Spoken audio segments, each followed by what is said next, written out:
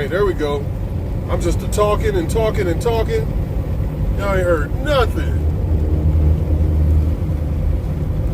Can you hear me now?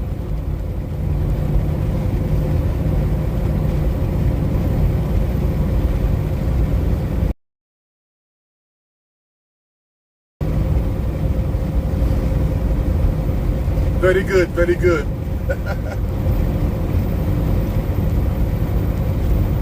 Alright.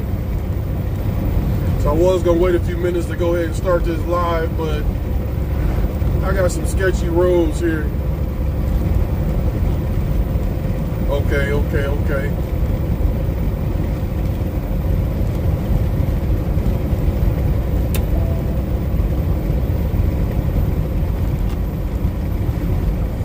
Then I can do about that. I can hold my arm out the window, you know, put some aluminum foil on my arm and stick it out the window. That might help the reception.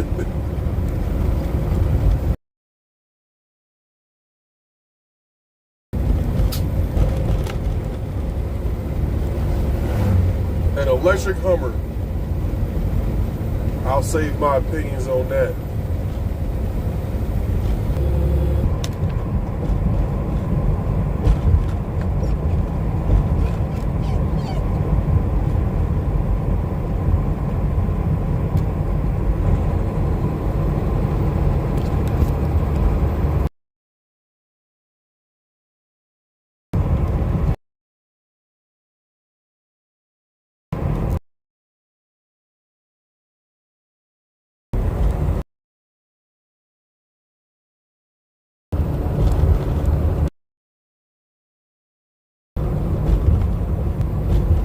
Highway, Colorado.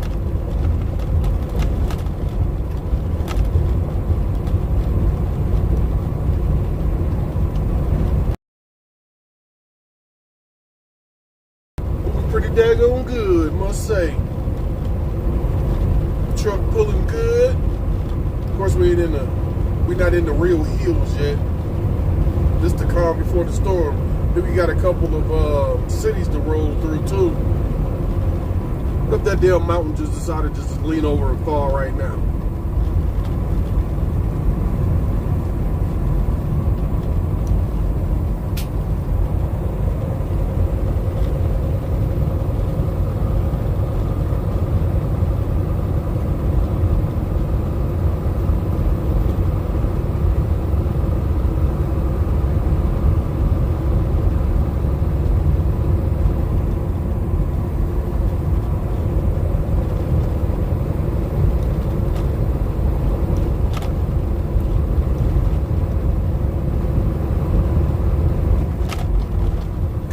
Cool. Thank you.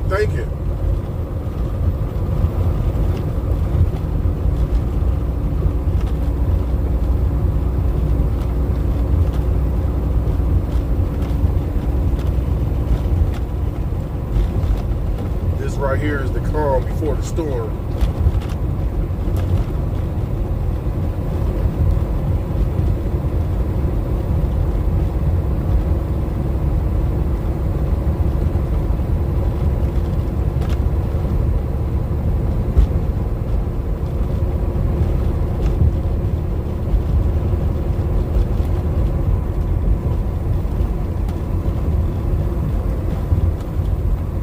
Season. It opened up to 2 lanes and then went right back to a single lane.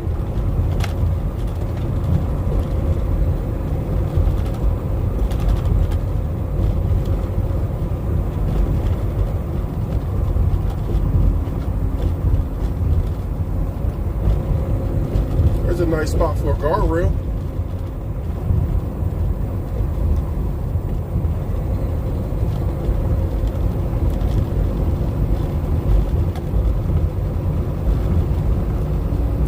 Thank you, brother. I appreciate that.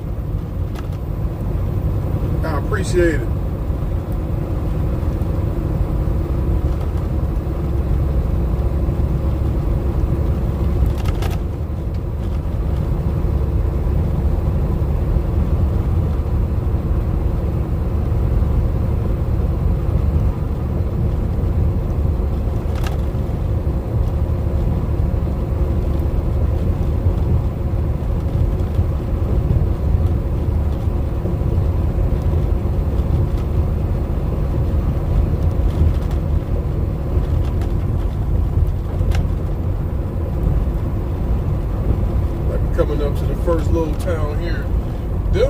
little homes is over this starting at $200,000. Ain't no damn way. Oh, well, I guess it is in a vacation area.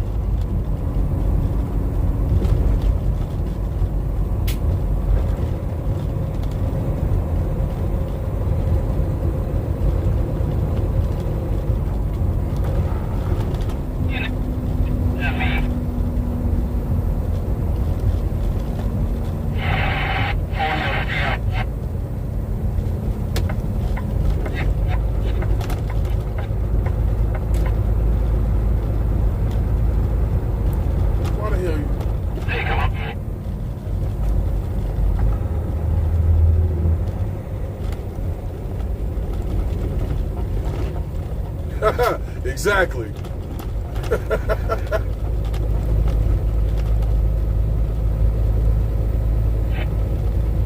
You gotta really like to ski. Shit. Or like the snow. Damn, this is what I was afraid of.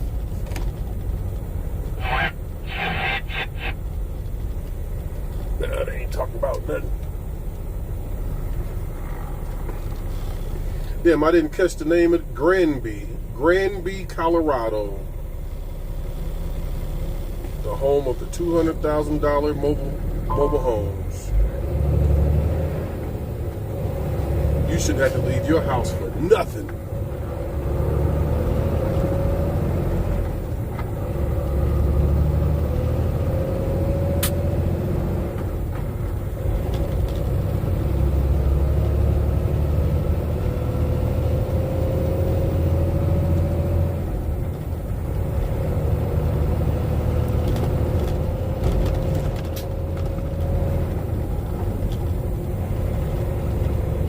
They got what, one, maybe two more small towns before we get back into those them switchbacks. I'm gonna be carrying a lot less speed. I gotta carrying a lot more weight.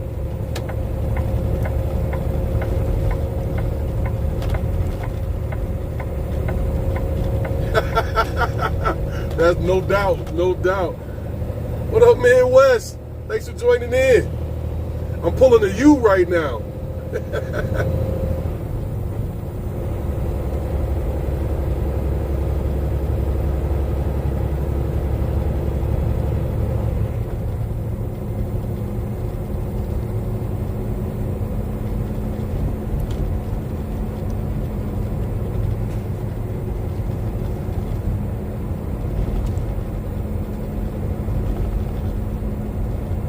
And this is some nice scenery. I wouldn't want to look at this all year round though. Ain't no damn way.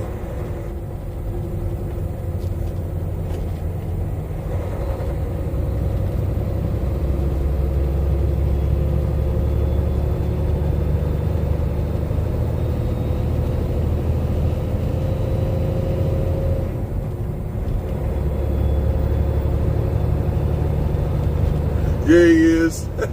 I'm in Granby, Colorado. I'm going down through these switchbacks down to 70 and run that back through Denver and catch 76 and run that back on home.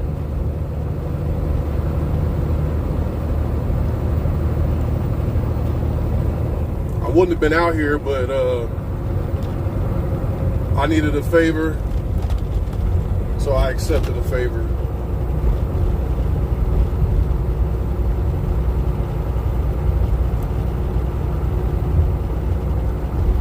Yes, sir. Beautiful but deadly, no doubt.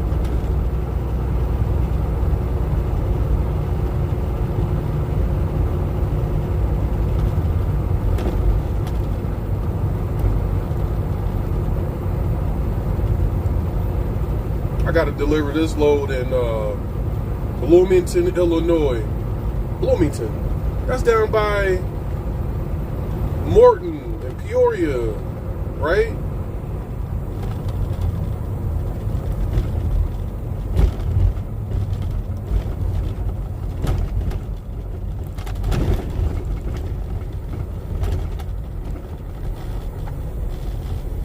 Bloomington Normal. Yeah, okay.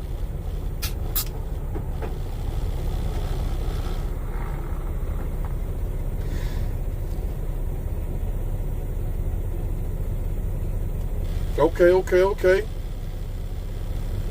Well, I'm taking this all the way home first and then coming back.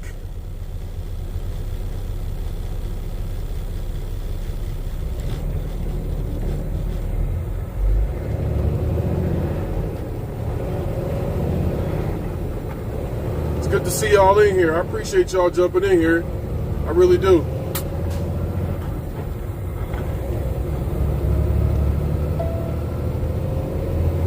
Jumped on earlier because I had a state trooper follow me for like a long time. He followed me off 70 up here on 40. I do 800 the speed limit. He stayed right behind me.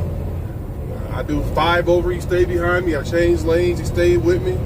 Got in the 2 lane. He was still behind me. Then got down in the single lane and just all of a sudden he just turned off. And I kept it going because the scenery was just, man, it's beautiful. And the switchbacks was crazy. So I was empty. But now I'm headed back loaded. I got, what I say, 79,580, something like that. What's up, Beezy?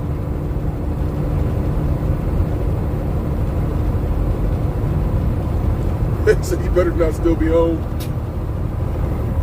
Tap screen. Hey, here we go. Oh no.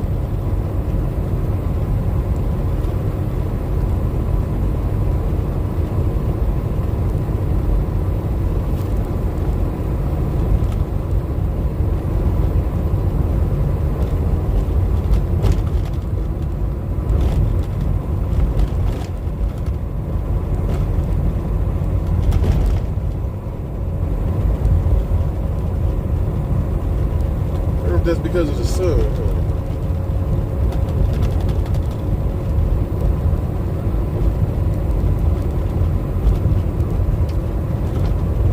That's better, right?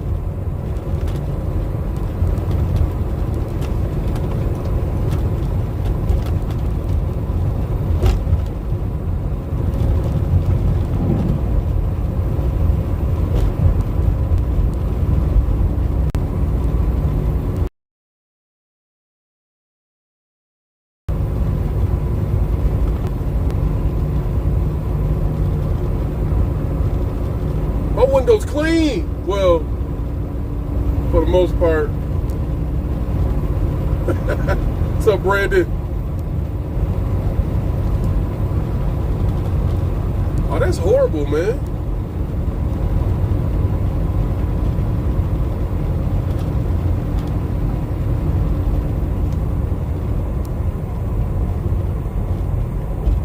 Look at him sitting there waiting on something. It ain't gonna be me.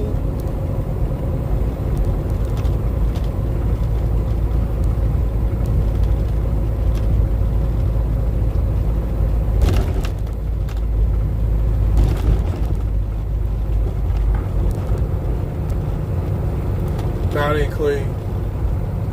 Try something.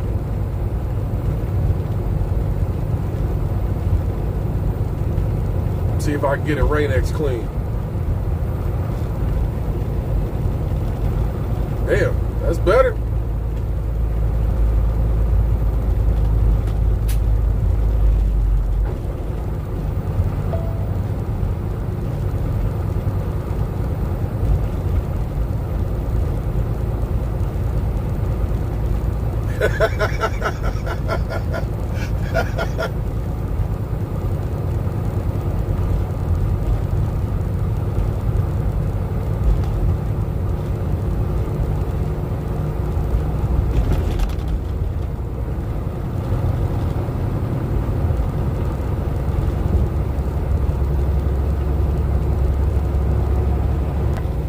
get to...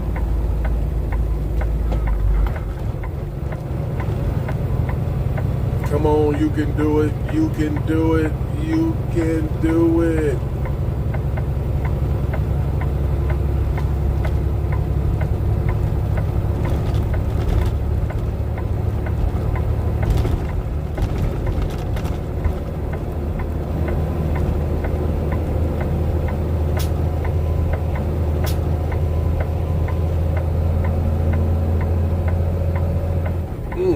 There we go.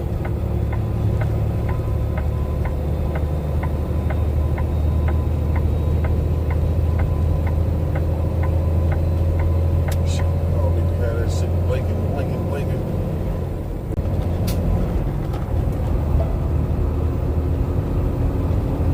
Alright.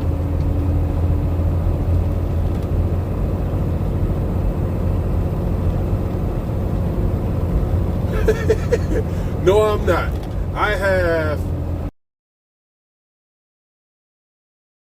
I'm almost grossed out on the weight,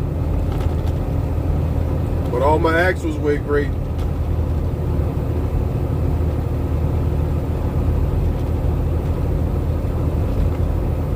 Thank you, Midwest. I appreciate it.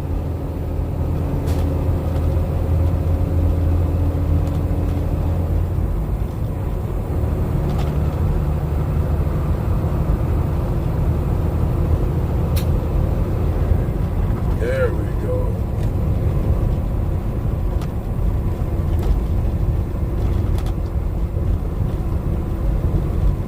Devil's lettuce.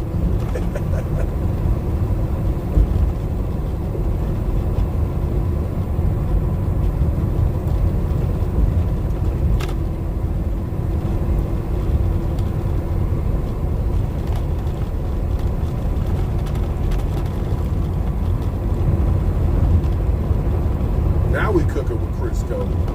Say ain't no way, huh? That's the small grade. Stay tuned. We switchbacks here.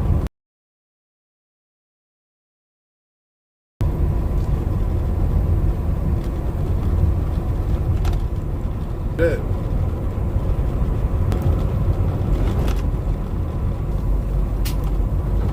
I'd have been home already. That's 28,000 board feet of lumber.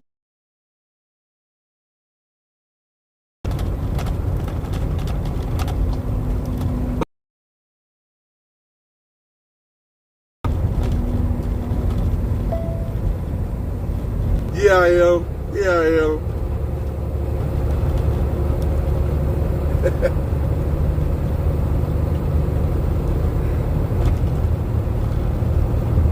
This is kind of fun, though. I like it.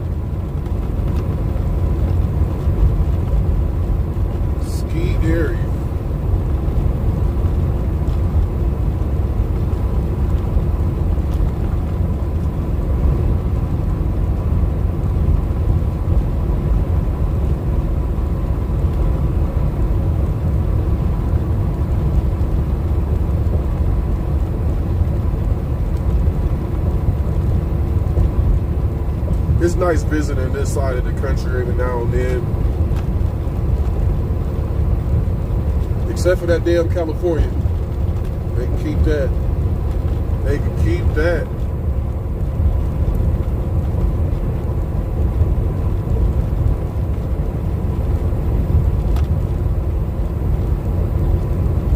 Yes, sir. Yes, sir. That's what I'm working when I get to the house there. I'll probably be working on that Sunday.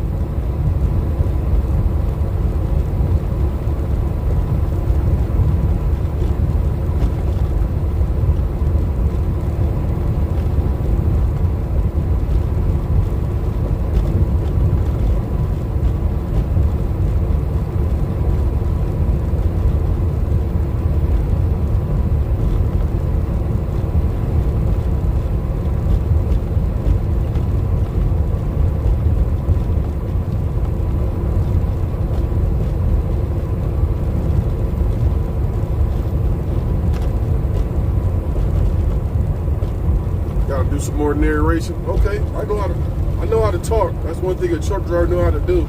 You spend all this time in the truck by yourself, or you're standing in the truck stop and talk for hours.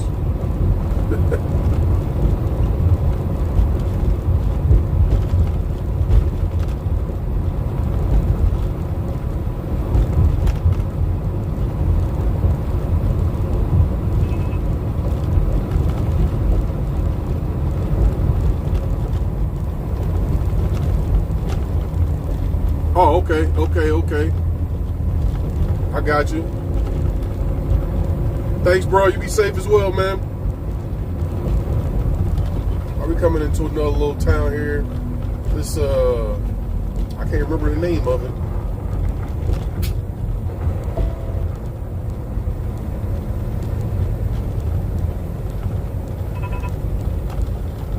Will do.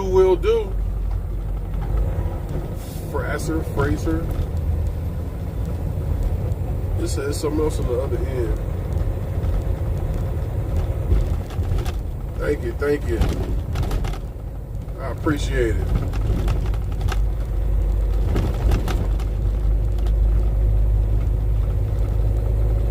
It's another ski resort town. I think this is the one where see some ski lifts on the side there.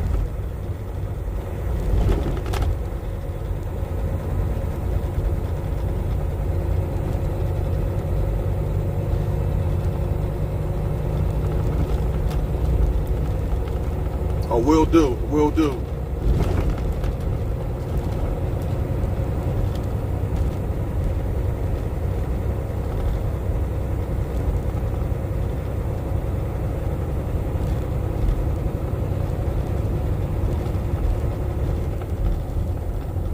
Somebody has some fun. They got about 10 jet skis on there, probably rentals. Let's see, 2, 4, 6, 8, 10, yep. And they all the exact same. Maybe they coming from a dealer, but those might be rentals.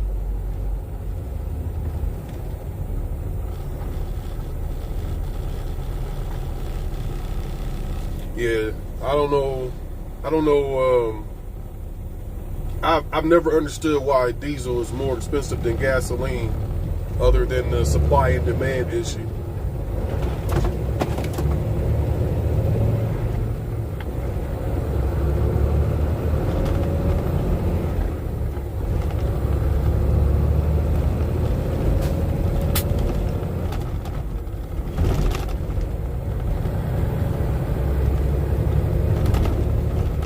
Still got a little while before I hit those switchbacks, but they are definitely coming.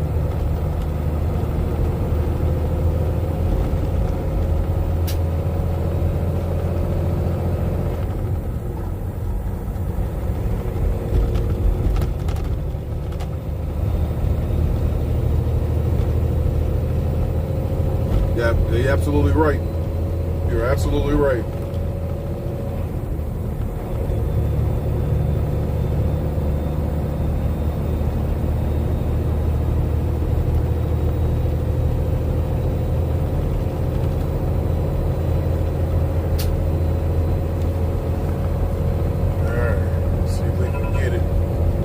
Hill here.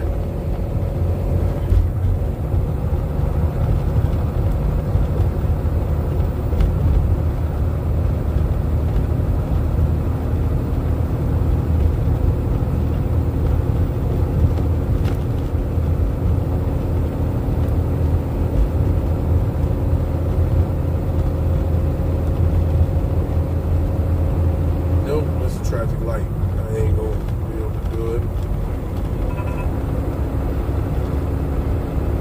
I'm not trying to be Speedy Gonzalez out here. I'm just trying to keep up speed for these hills.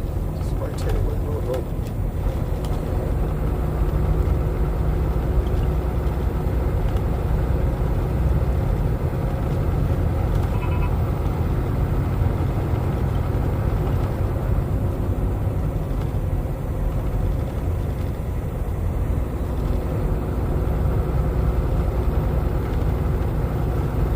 was caught doing coming out of California. This was about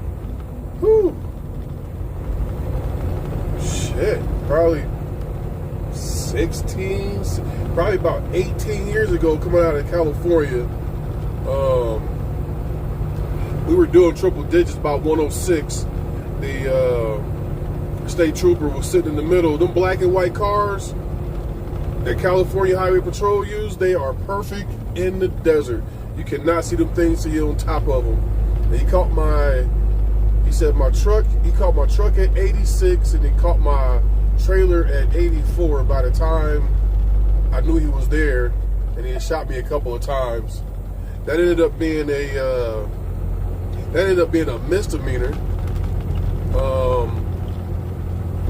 It cost me over $4,000 to keep my license.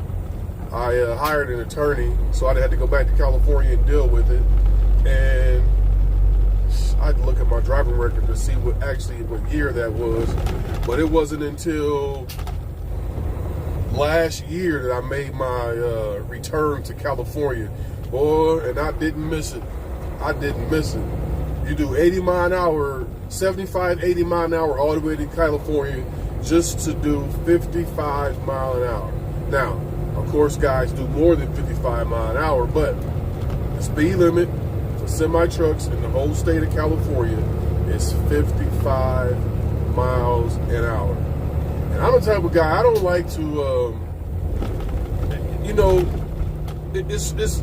it's more stressful when you ride and you got to be on the radio hearing from the police. First off, most people don't even run a CD radio in their trucks anymore, so usually when you're yelling out where the bear's at, you don't get a response because they're riding down the road with their feet up, clipping their toenails at 60 mile an hour. So but all the looking and stressed out for the police, looking for them, like this guy sitting here, the speed limit just turned 50. It was like 35. I was doing 33. I wasn't looking for the police. But whenever you do speeds like that, man, you're always looking around. It just adds another level of stress, So, now don't get me wrong. Late night, you flying through Tennessee, Kentucky, Midwest somewhere, I'm going to have this thing opened up. I'm going to have it opened up. States like Ohio, where the state troopers have to sit in the middle with their lights on. I got really good vision, so I can pick that stuff up from a distance, but and then you got these guys that they don't know how to keep right unless they're passing, So you'll be doing 80 mile an hour and you come up on the truck doing 55 mile an hour in a 65 mile an hour zone. And he'll throw his flashers on, but he won't get out your way.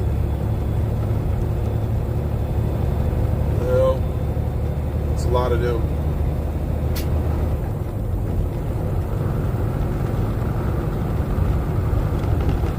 Idlewild.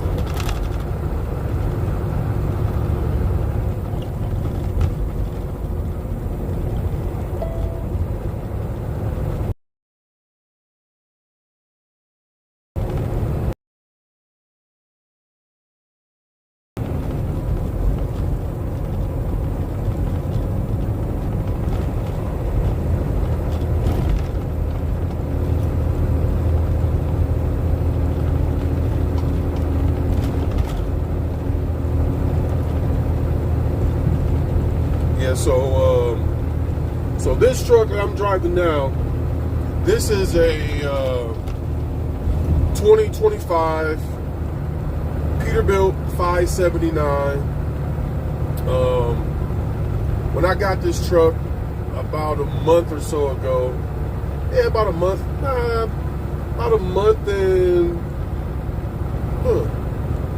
let's see, about a month and a week. Month and 2 weeks ago, I had 43 miles on this truck when I got it. I now have over 16,000 miles on it.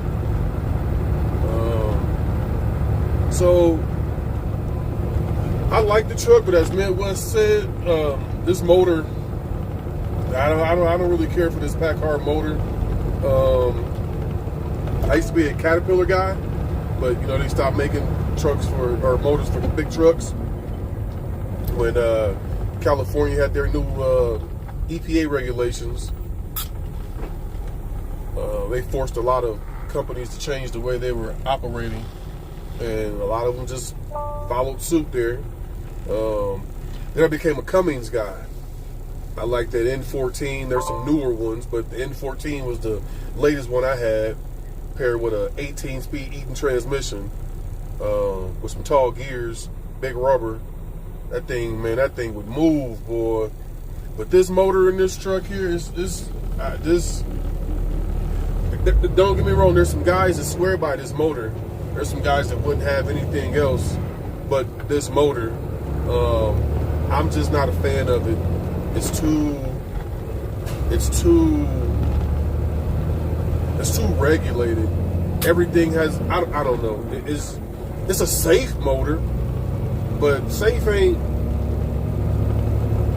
I shouldn't say that, but sometimes to get the job done, you need to be able to have something to help you get the job done. You know, and this motor is not going to always allow you to do that. I've been driving trucks for 21 years now. I quit trucking and I started working on a trash truck. I did that twice, actually. I worked for the city of South Bend for a while, and I worked for the city of Springfield for a while in Missouri. I lived down in Missouri for 3 years. But man, I tell you what, this get in you. This is in your blood. Like, I tried to walk away from this many a times, and I just love doing this. And I don't know if I would want to do anything else besides, you know, run a business again doing this. I got some hobbies I want to really get into, so, you know, buying a few trucks is a short and long-term goal of mine, so I can spend more time at home and do some things I want to do. You know, I got a lot of toys that literally just sit all year long because, you know, I'm out here trying to do this, and I get home and, you know, you're tired, so you start tinkering on one or two things, and something never gets done. Like, I built a racing mower, and I haven't even fired that thing up this year at all. I take that back. I fired it up once. You know, but this thing is time consuming. I want to do more auditing. But when I get home, I just, you know, the family demands a lot of your time. You got this honey-do list sitting there waiting on you. You got this my-do list sitting there waiting on you. And it's just not enough time in the day to get everything you want to get done.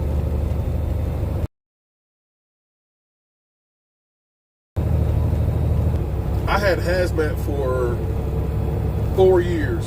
They don't pay you. If I'm going from, let's say, Indiana to New York, you know, you go through Pennsylvania or something like that, you have to go around the city. You got to go around tunnels, and they don't pay you for those extra miles. You know, and me personally, I don't want to haul any fuel. I didn't see what some of these idiots out here do. I've had people drive underneath my trailer and get hung up. I just, you know, I'm gonna minimize my risk if I can. And driving a tanker it's not my cup of tea, or fuel, if you want to say that. But I can teach you. It's really once you get it, it's not gonna say easy. It's fun. To me, driving trucks is fun. You know, like, I got a 13-speed manual. I really dislike. I don't like using the word hate, so I say really dislike. I really dislike automatic trucks. What we got going on here? Oh, just a bunch of people turning. But these schools are buying automatic trucks, and they're teaching people how to drive semi trucks in automatics. You're gonna do that. That's what you're gonna do. That's what you're gonna do there, right? I guess you're gonna just jump over in front of me. These schools are teaching people how to drive an automatic truck, so people are getting automatic restrictions on their license, meaning they can't work for a company who has manual trucks. You got that restriction, you need to get that restriction off of there. That restriction is, well, it's in the name. You limit yourself for what you can do when you have that restriction. And it's not hard to drive this manual truck. Since we've been talking, since that last light, I've done a bunch of gear changes, and I haven't touched my clutch once. You know, you only use your clutch really for taking off and backing up. You know, putting the stick where it needs to go. That's kind of like second nature once you know what you're doing. A 13 speed shifts the same way as you learn on the stick shift. At TDI, TDI, that's another story right there. That's another story, man. I guess we'll talk about that later. All right, so we got some switchbacks coming up here in a minute, a few more minutes. This truck is gonna be a long pull. Know that. Yes, they are super, super, super, super ghetto. Like, I don't understand it. I don't understand it. When you talk to them, they try to sound all professional, but you can hear the ghetto-ness seeping out in their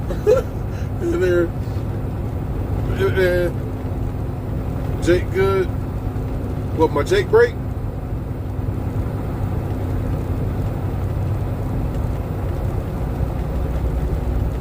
Yeah, they TDI is they too hood. They too, I don't know. It's not many businesses I tell people to stay away from. That is one. Yeah, my Jake brake is good.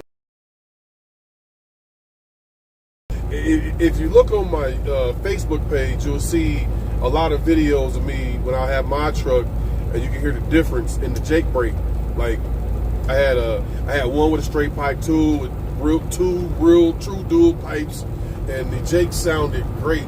This thing, everything is muffled. Everything is meant to be quiet, not to disturb somebody in their bedroom or in their basement. It's just quiet, and I don't know.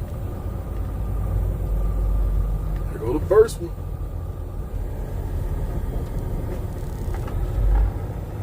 I better grab this one. Woo-wee.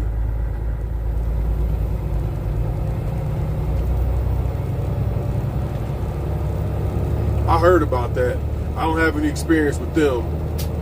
I went to the school of hard knocks.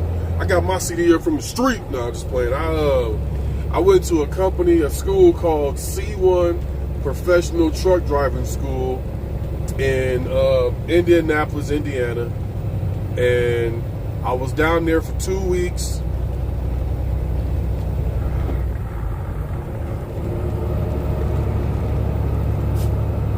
All right, let me just say this. If I quit talking, it's because I'm really, really focused. Because I really can focus and talk, but if I stop talking while I'm focusing, that means I'm really, really focused. Now, I went to a C1 Professional Truck Driving School. They had 3 companies that hired from the school. I think at the time was TMC, Pam Transport, and Star Transport out of Morton, Illinois. And I went with Star Transport out of Morton.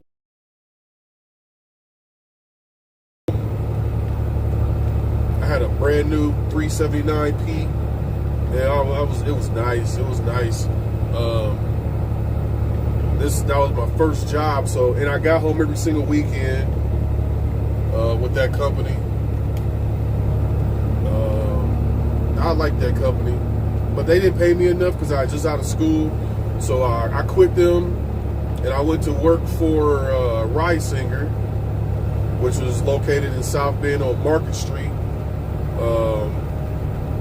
And I made more money. I worked for them for about 3 months, and then I found another job. It was a diversified transport.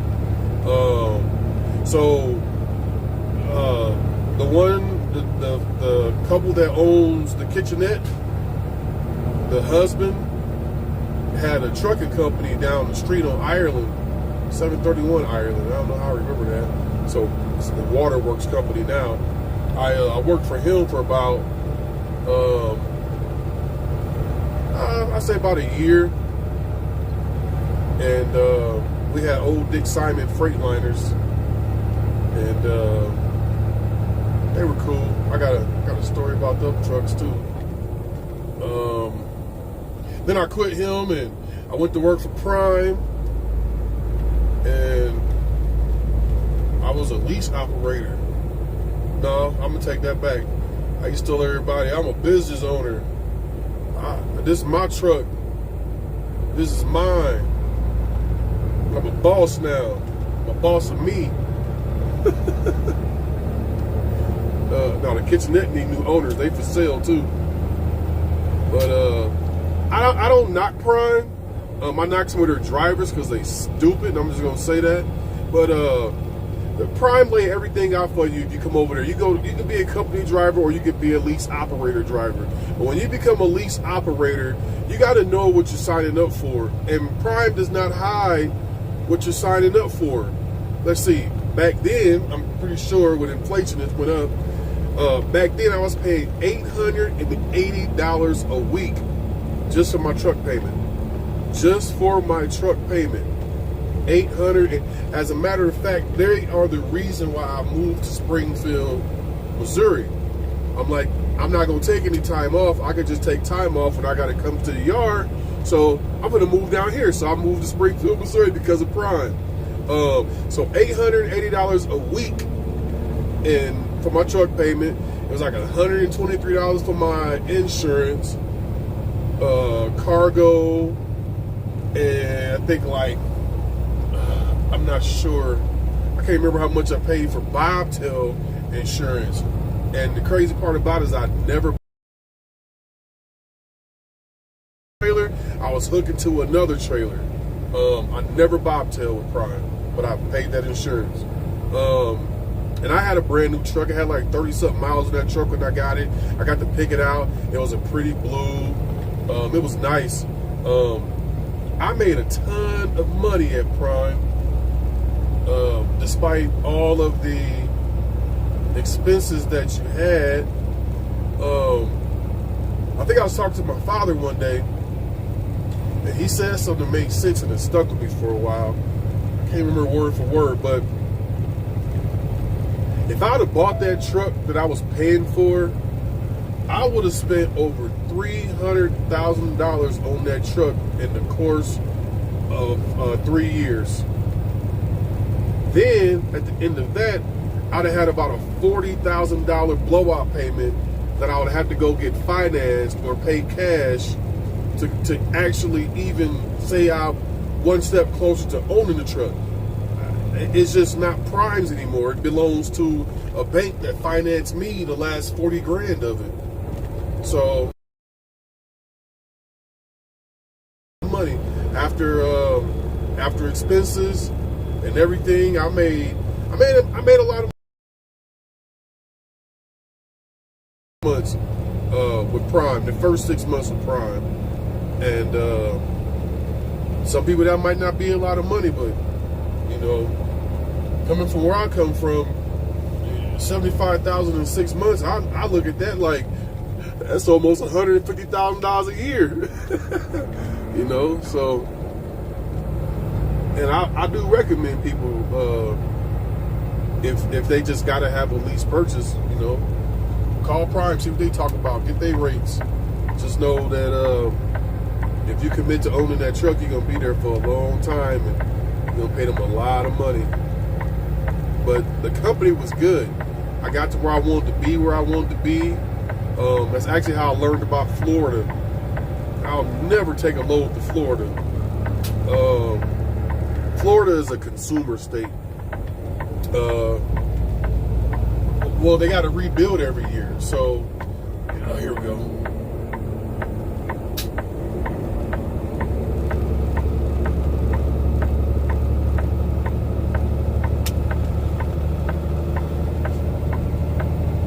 All right, back up to 10,587 feet in the air right now. Freedom! Freedom! Yes, so I really forgot what I was talking about. Yes, sir, absolutely. Florida. I was talking about Florida. Florida is a consumer state. They always need, like, for example, I got a load of wood on. They always need lumber and supplies to, rebuild and to live. And there's really nothing, unless you want to haul produce. And I'm done with produce. I'm not beyond it. I'm just done with produce. You can only haul so many oranges out of there. But it's a consumer state. So you take a lot of stuff to Florida, but you're going to find some real cheap stuff coming out. And I'd rather take a vacation to Florida, maybe rent a Sprinter van or an RV or something, go to Florida. I won't drive I'm not gonna say I wouldn't, but I don't see myself driving a truck back down to Florida. Unless that load that took me there paid me enough to get up out of there. Maybe like up in the Georgia, Savannah area somewhere.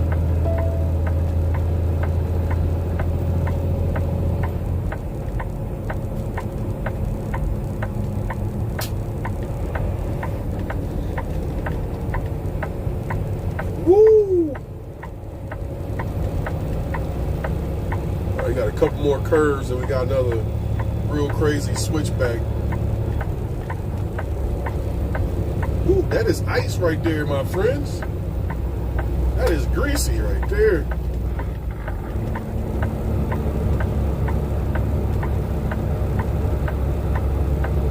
I'm actually impressed on how this truck, it's like it hit a milestone or something. 6% grade.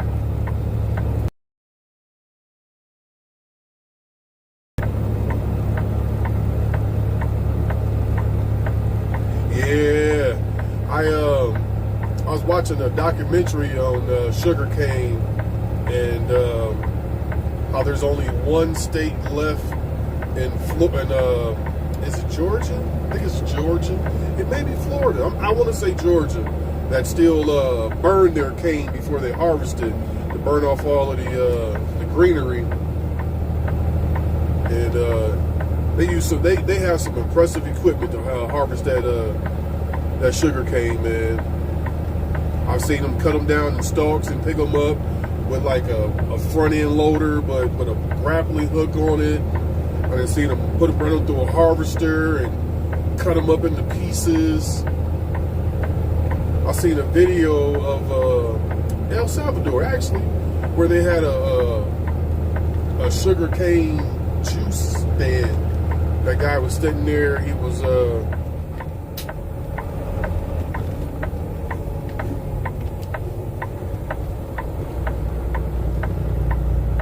sitting there and he was all right. So my rear tires are actually off the road right now, pushing the snowbank back a little bit because, well, I had vehicles next to me.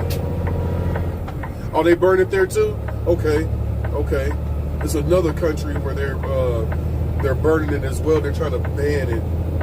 Can't remember where it was at. I watch weird stuff like that, man. I watch a lot of weird stuff. Yesterday, I just watched the video, or listened to a video on what caused. I was coming out of power service plaza out there. There are service plazas, and they didn't have any power, and the lady was just giving away all the ice cream. And so I had a cooler with some ice, so I got me some ice cream. Then I come down, try to get some fuel. Couldn't get any fuel. Then I got to Erie, Pennsylvania. I couldn't get any fuel. I'm like, what's going on? Everybody got a power. This power's out. So luckily I had enough to make it almost the way back. I drove in the pitch black all night long until I got near Toledo, Ohio. And the nuclear plant was the only thing that had power. You can see that thing glowing from miles away. But past that, to the east of that or west of that, you know, power was restoring. Yeah, it gets real smoky.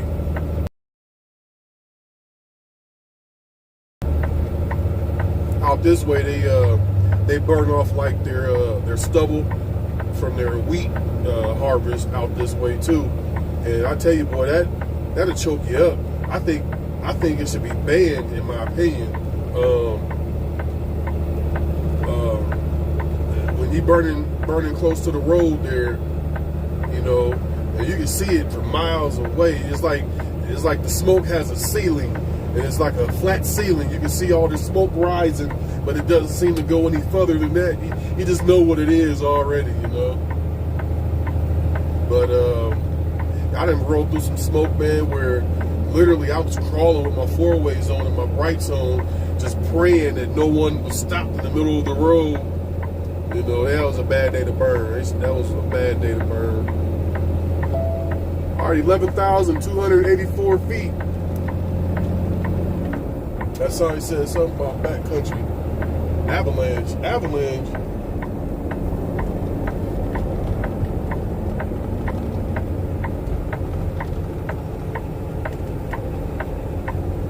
Yeah, that natural syrup or sugar.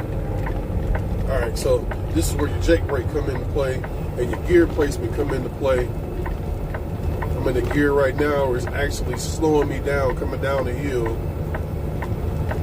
I'm doing 30. I do not know which gear I'm in. I just know where I need to be at when I need to be there. Sometimes I start in second, sometimes third, fourth. It just depends. So I can't ever, maybe fifth, maybe, I don't know. I couldn't tell you what gear I was in. I just know where I need to be at when I need to be there.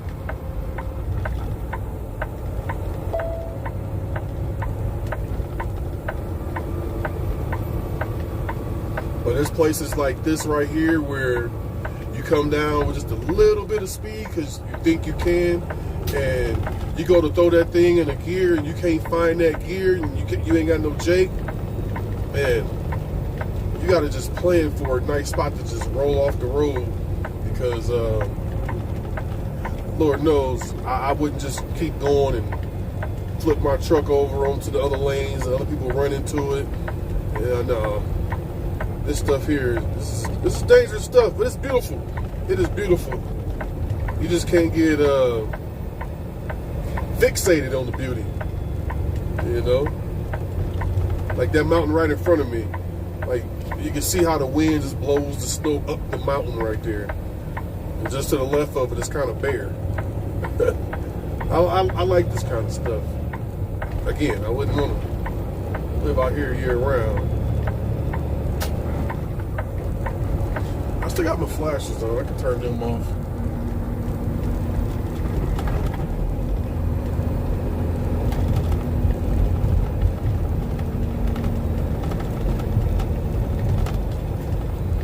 See, this is all engine slowing me down here.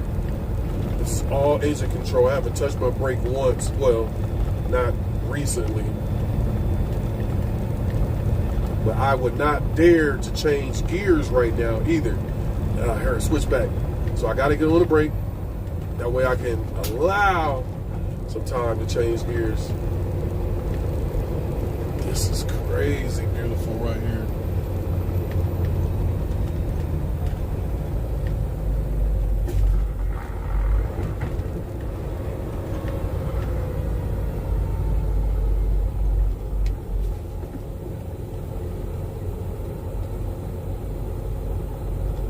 These arrows light up at night. I see the lights in them and the solar panel on top of them.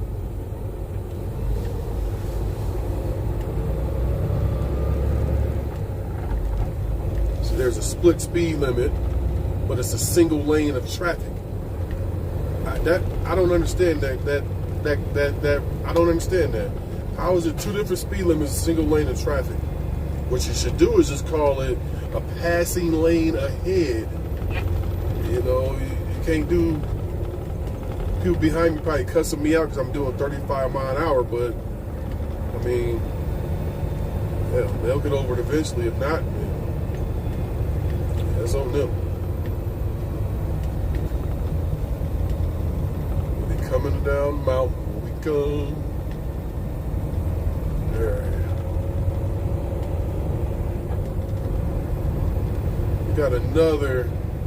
We got a few. This one isn't going to be as tight as the other one, looking at the map here.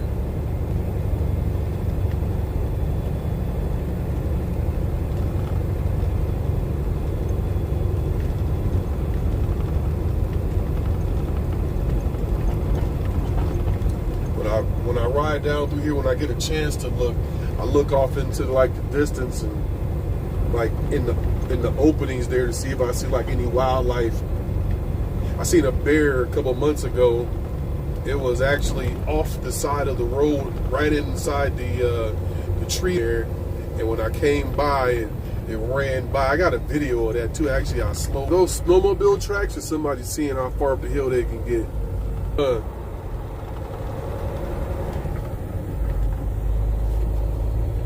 Ooh, that's going straight up in the air too.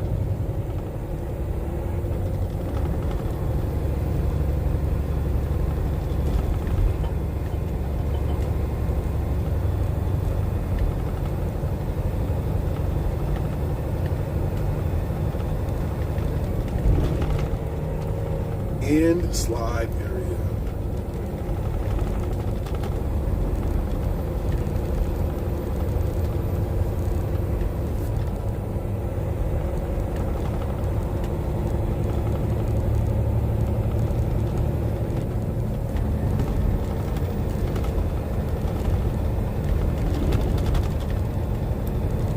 So I need a name. I need a name for this trucking channel. Here's a tight one right here. Wow. He was in a hurry. Wow. Wow. Double yellow, oncoming traffic. With a 15 mile an hour switchback.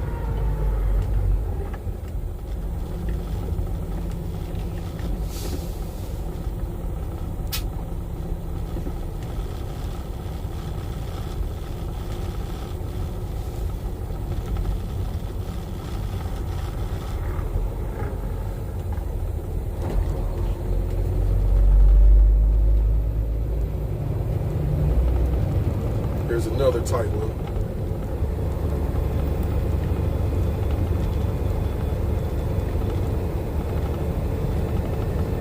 Beasley, this the type of driving you want to do? This mountain driving?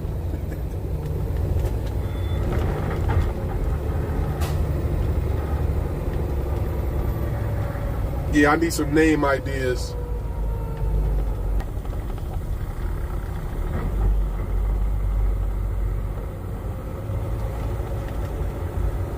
Woo! Alright, where we at? We're coming down. We at 10,410 feet right now.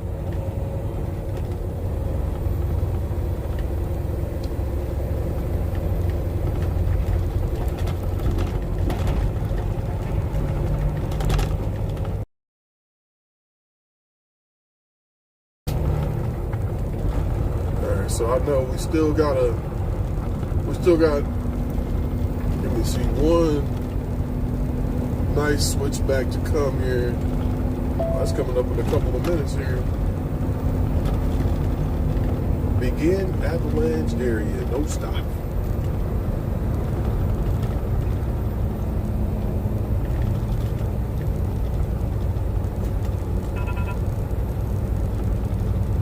Mile an hour curve. So it's not a switchback.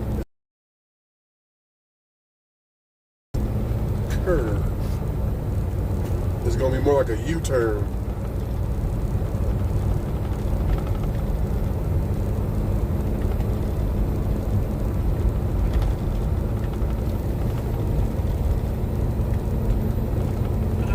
gonna soon get a 360 camera.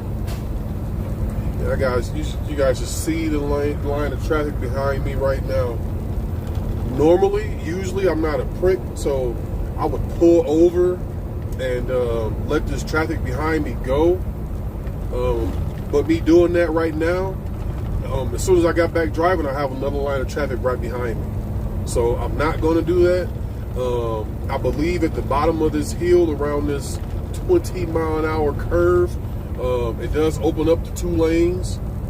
So I am not stopping, but normally I would. Not. This is only my second time on this road, but the way traffic has been piling up, I'm not. Yep, they shaking their fists.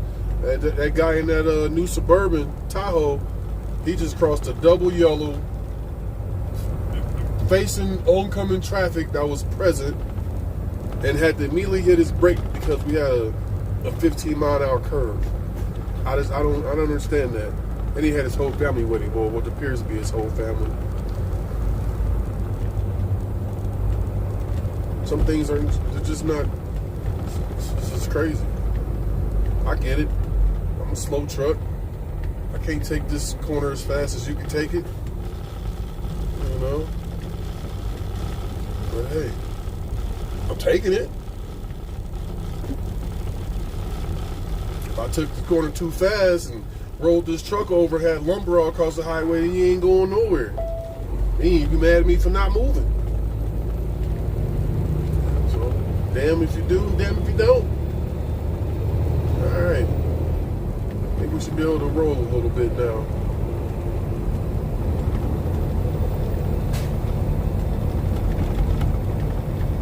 Definitely over the speed limit. Should be happy about that.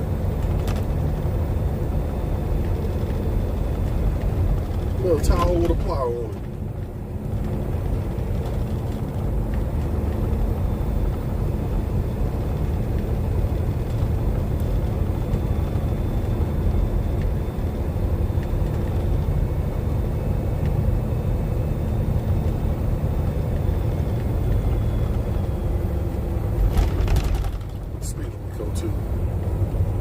I thought that was the police right there, but it ain't.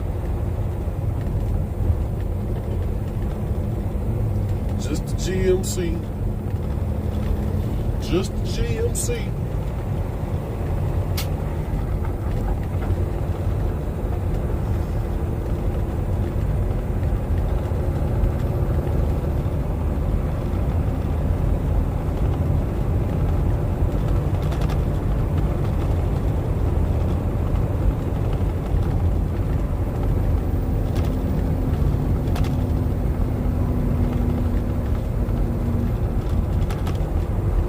I'm gonna figure out a way.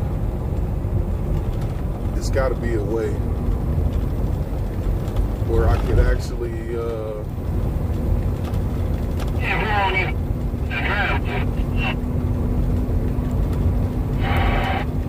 where I can make like a where I can display like elevation. Okay, I'll be here. I'll be here when you get back.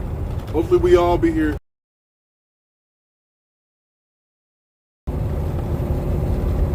Elevation and stuff, my route. What if I had to just get like a dedicated camera and not use my phone?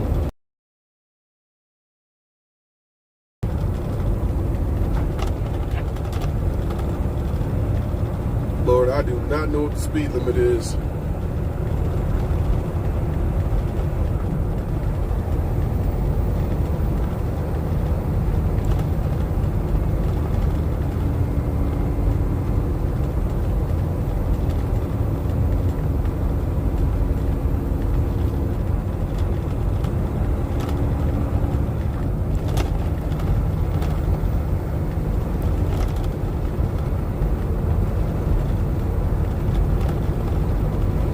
Say it's double nickel, and I'll hover around there somewhere.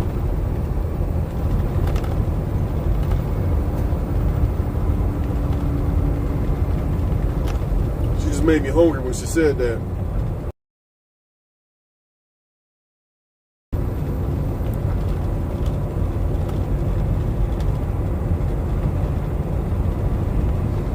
double nickel.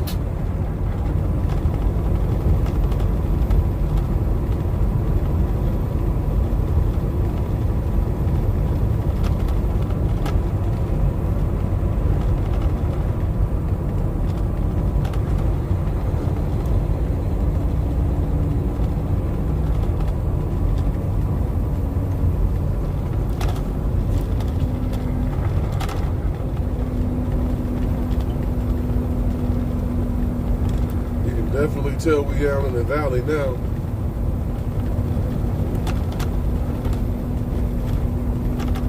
Start navigation. We are heading to Bend, Indiana.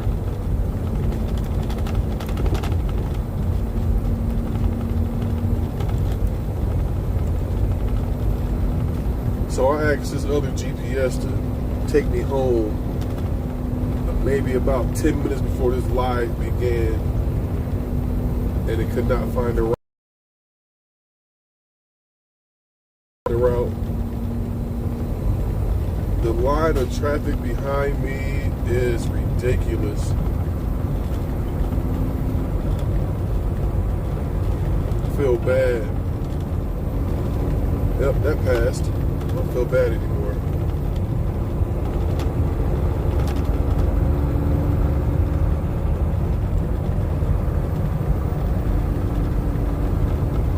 Man, that must have been a heck of a job, man. Actually, Winding left ahead. since you said that, I'll stay live when I get back on 70 here. They're actually widening the road. Crazy thing about it is I watched a video on that recently too, about them carving the mountain clear, and they're literally doing that right now. They have to start from the top down. It just looks weird to see an excavator and a bulldozer, 100 feet in the air. It just looks weird. But that's what's going on traffic, and it's be wide open from there.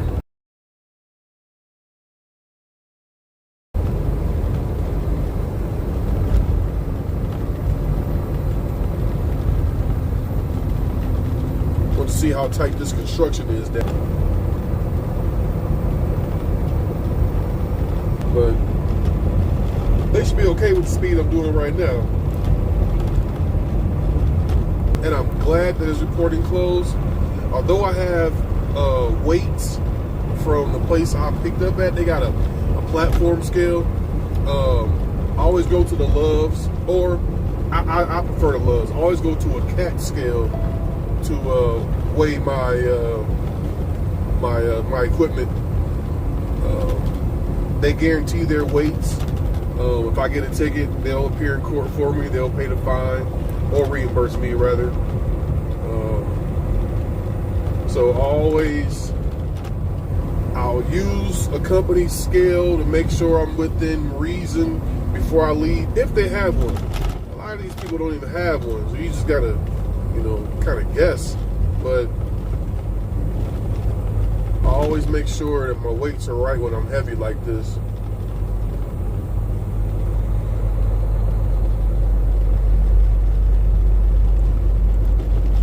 Then, so the weight that scale said I was at, I'm about 200 pounds from being at gross, at 80,000 pounds, okay? So that weight was at a half a tank of fuel. All right, now I got two 100-gallon tanks, so I'm just under half a tank. So let's just call that 80 gallons of. Let's just call that.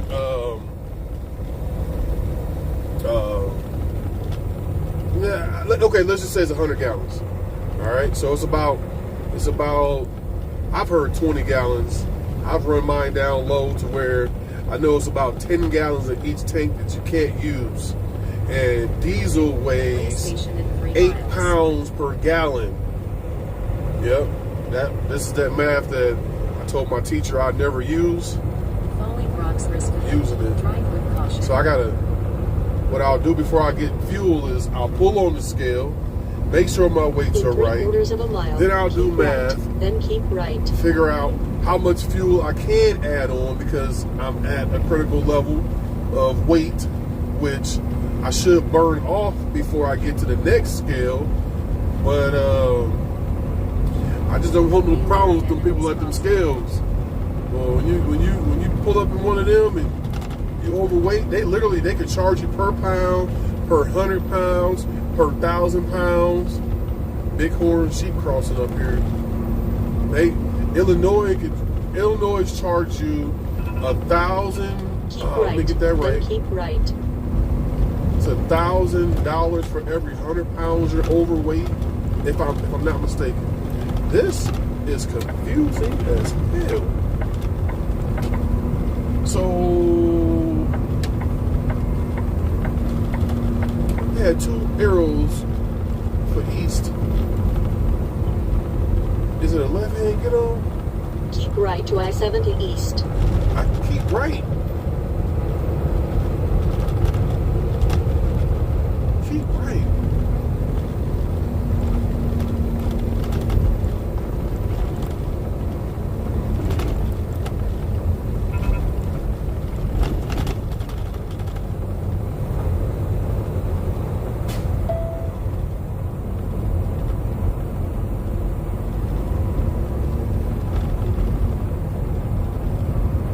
Sharp turn right ahead. Yes, yes.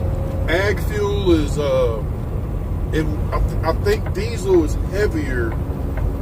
If I'm not mistaken, I think okay. I think it's 1 pound heavier for diesel. I could be mistaken. Continue on I-70. All right, here go the fun part. Hurry and wait.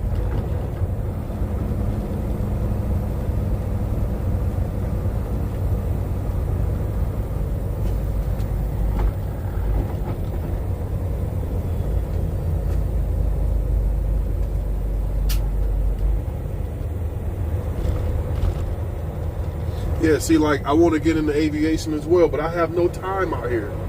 You know, I have, okay, cool. I have really no time out here. Wow, it is $250. So is it plane closed? It is closed.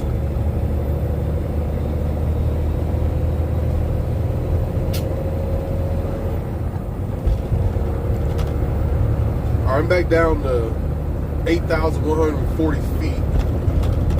Remember, I think I hit 11,000 and some change, or 11,100, 11,200, somewhere like that.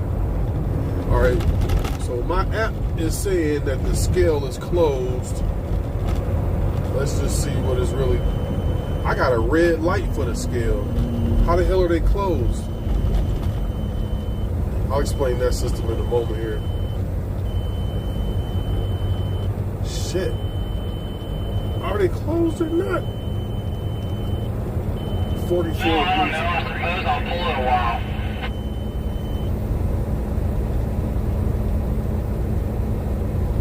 That shit say open like a mug.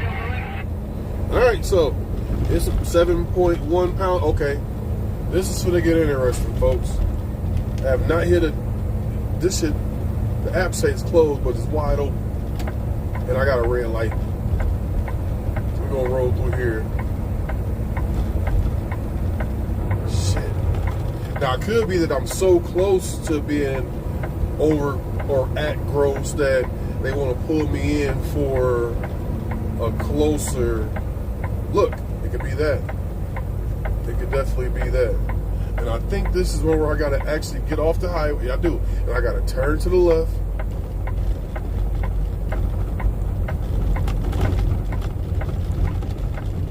Right?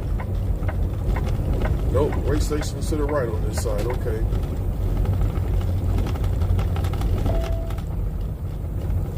Route recalculation. I see 2 trucks behind me going to the scale as well. I see some trucks going by it as well too. Keep left to I-70. They got a paddy wagon at this thing. What they expecting? Now is that stop sign for me or not? It's on the left. I'm gonna stop just because I'm confused.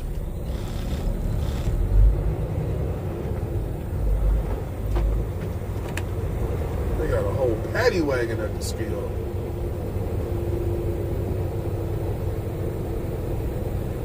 All right, let's pray everything is all good, y'all. If not, I'm running. Psych, I ain't running. Couldn't get away fast enough. Oh, they got the weights up there. So I'll be able to see immediately if something is wrong with my weights. All right, 5 mile an hour. Okay, that's not a paddy wagon. Forward slowly. Now with this, I can only be 12,000 on my steer axle. I don't see her at the desk. Actually, the chair is backwards, so 12,000 up front. 11,380. 34,000 on my drives. I'm at 33,580.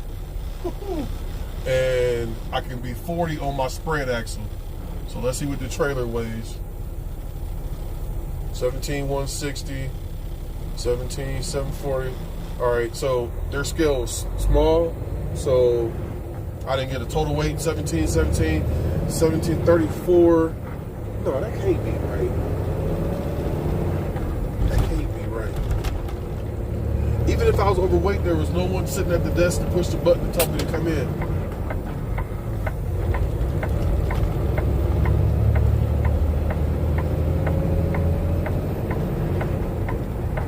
Hi, A from USA. That's that mountain is in Colorado.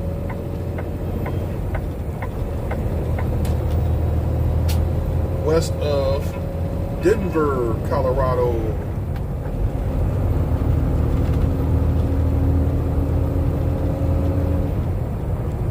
I see a lot of red lights.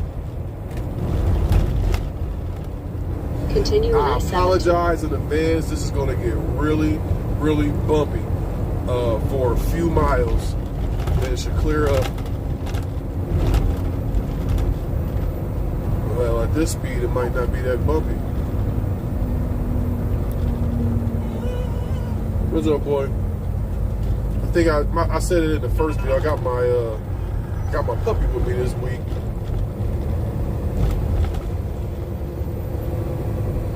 I got a new puppy there, Freedom. You got to meet him too.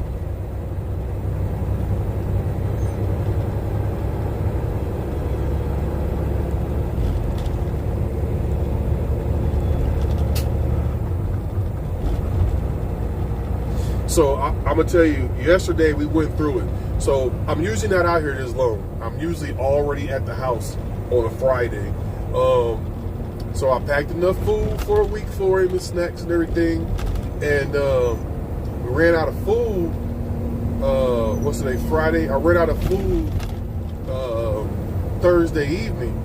So I stopped at American Terrier. Got another one just like the black one. So I stopped at a truck stop that I know, buddy. I stopped at a truck stop. And usually they only have cat food in a can, Purina adult dog food. I'm sorry, puppy chow, adult food, and Purina puppy. I've noticed that for years. So I go in,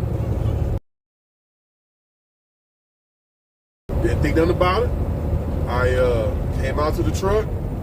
I put his food in his bowl, grabbed the egg, mixed the egg up in his food, and he ate it. Drunk his water, let him out, let him use the restroom. And about 10 minutes after we got back in, he started whining. I'm like, dude, you were just outside. But, you know, again, the number two.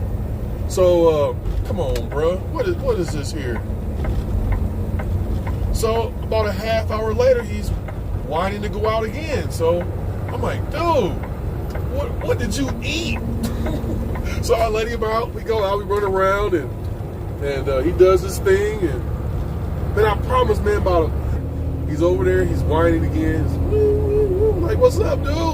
I'm like, he's gonna get out the truck. Come on, let's get out the truck. So I put my tennis shoes on and got out of the truck. And it literally went to the number 2 again, but it was so liquidy this time. And I'm like, dude, what did you eat? What did you eat? And it never dawned on me to check the food. But we got back in the truck and the food was, I hadn't put the food away yet. And I looked and I gave him adult food. Now he's what, 10 weeks? How old are you, 10 weeks, dude? Something like that? And I gave him adult food, man. He went through it yesterday, man. He went through it yesterday. And he just cleared it up this morning. About, I woke up about 3 something this morning.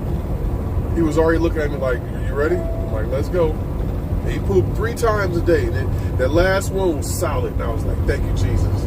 I apologized to him a million times. I know his stomach was hurting. I feel real bad.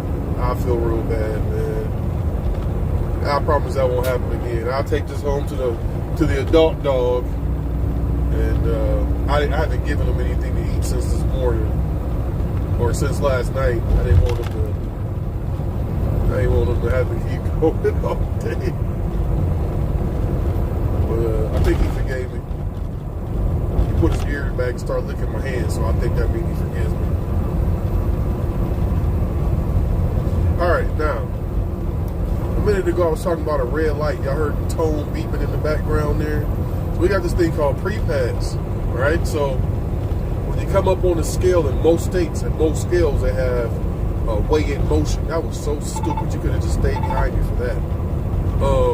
There's some other people we'll talk about later. So as you approach the scale, it'll tell you weigh in motion.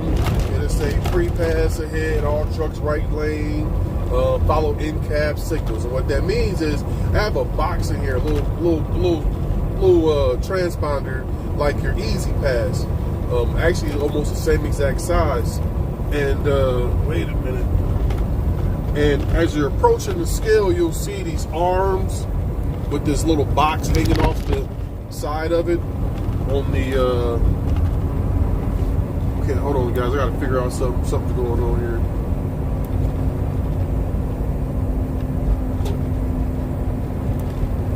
Arms hanging off like this light pole here, but it hangs lower and further into the road. There's got this communicator box.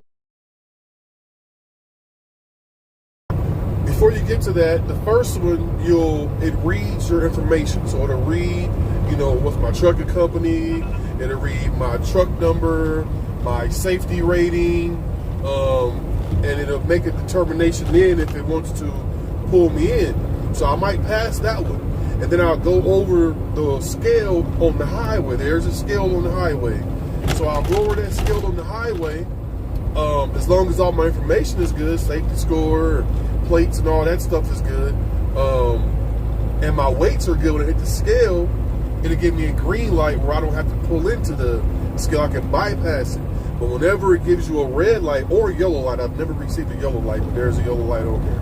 But if you ever get a red light, you must pull in.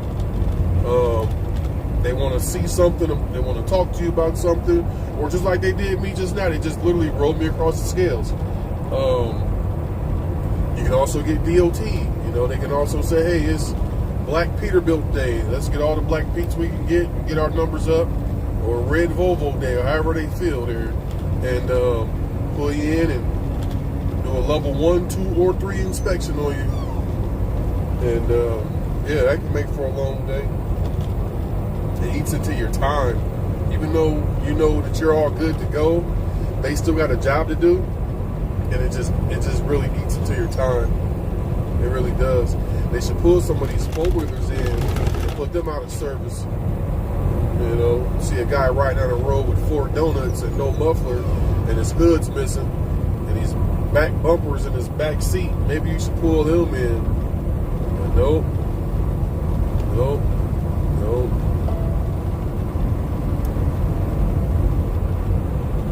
don't do that.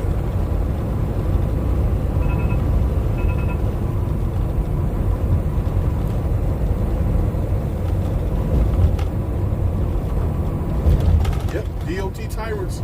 Absolutely. Absolutely. Now, I spoke on it before. I'll speak on it again here real quick.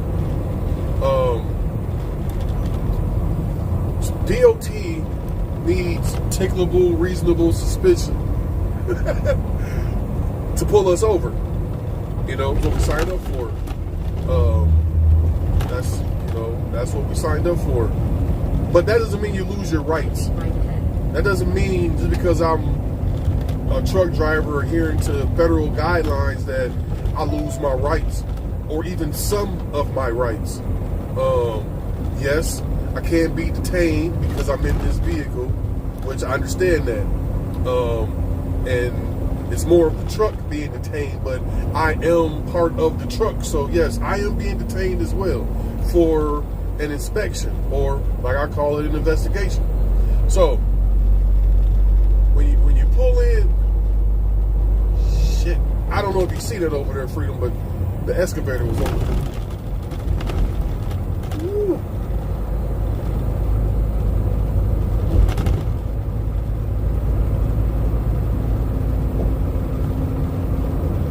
That was a little tight.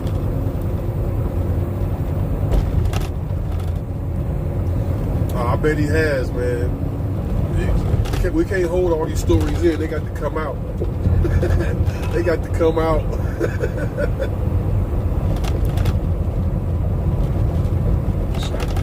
All right, so I haven't been DOT'd in a while. I'm not going to knock on wood. Shit.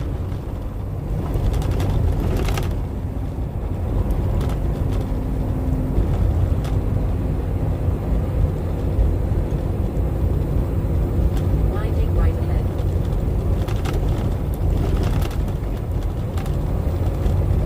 All right, so you gotta forgive me because I'm gonna keep stopping what I'm saying for a moment. These lanes are unbelievably tight here. These are about 10-foot lanes. I'm in an 8-foot truck, so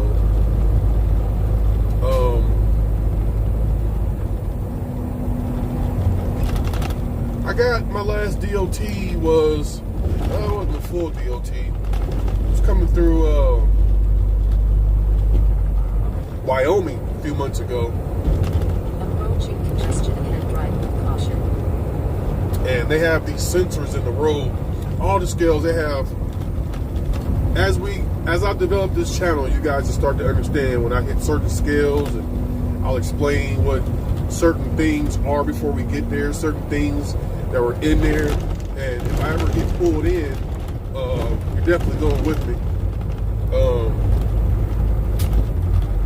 When I was coming through Wyoming, and I actually was running late. I was headed to Auburn, Washington, to a Safeway, and I come across this scale, and I've been getting green lights all across the country, so I knew I was good. And I get up there, and I get a red light. Well, when I get to the scale, the lady comes out. She asks me for my ID. She tells me to pull over into the inspection area. I pull over into the inspection area. A gentleman comes out, and I'm like, "So what's going on?" He's like, "Oh, you got a flat tire." I was like, "What?" He's like, "Yeah, we seen it before you even got here." So there's sensors on the road that'll let you know if you got a flat tire. They got heat sensors to let you know if you got a brake stuck or a brake not working. They got all kind of stuff out here. I'm doing 21 mile an hour for anyone who wants to know how slow I'm going. And it's definitely not on purpose. So when he said he's gonna do a quick inspection on me, I said okay, and I opened up my door, and I think he knew what was coming. He kind of dropped his head and he looked at me, and I said, "Let me ask you a question. What would you do?" And I made sure I said you. What would you do if I didn't assist you with your investigation? And he's like, "Oh man, I just had to shut you down for 10 hours, man. I can't go through that. Right? And we had a little conversation, you know. I was like, you shut me down for 10 hours because of what? You found no violations. You're gonna just automatically shut me down? He said that's what we can do. If the guy don't want to help, that's what we'll do. And he's like, look, man, I get it. You know, I do get it. I'm just out here trying to do my job. I was like, I'm trying to do my job too, but you want me to incriminate myself. And what I mean is, if I turn my right blinker on when you ask me to, my blinker's not working, you have the opportunity to give me a ticket. And he's like, man, look, man, I understand. He was like, I just want them to see me. Like, right signal, hit the right signal, left signal, hit the left signal, hit the horn, hit the city horn, hit the air horn, hit the air horn. And he was done. He was happy. I was happy. Now, I didn't submit to him. We just had an agreement. We had a mutual understanding. You know, if I didn't flash my lights, I'm shut down in that lane.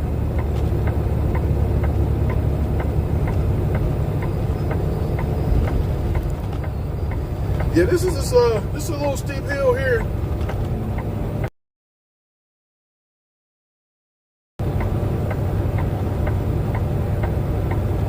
And narrow, boy, is it.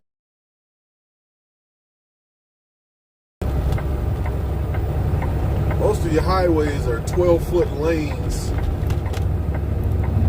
These are definitely 10-foot lanes.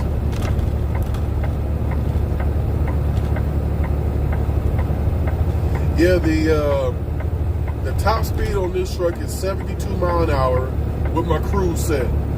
And for whatever reason, because they had to set, this man knocking these cones over next to me. And so in the computer of the truck, you have to set a foot speed and a cruise speed. So my cruise speed in this man next to me is knocking over every single cone, but he has no choice because they put him in the lane. See these cones right here knocked down? Like he had no choice.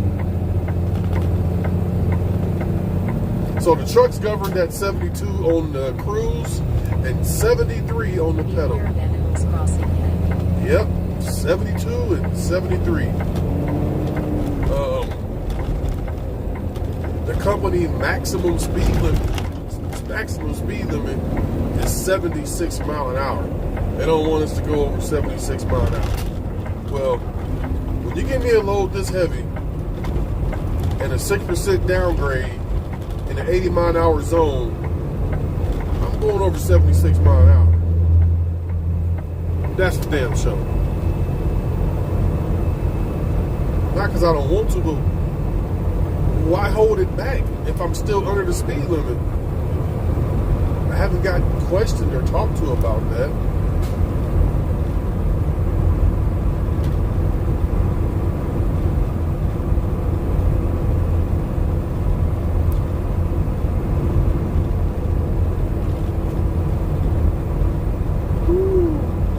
We're down to 7,645 feet. Come a long way from the air up there.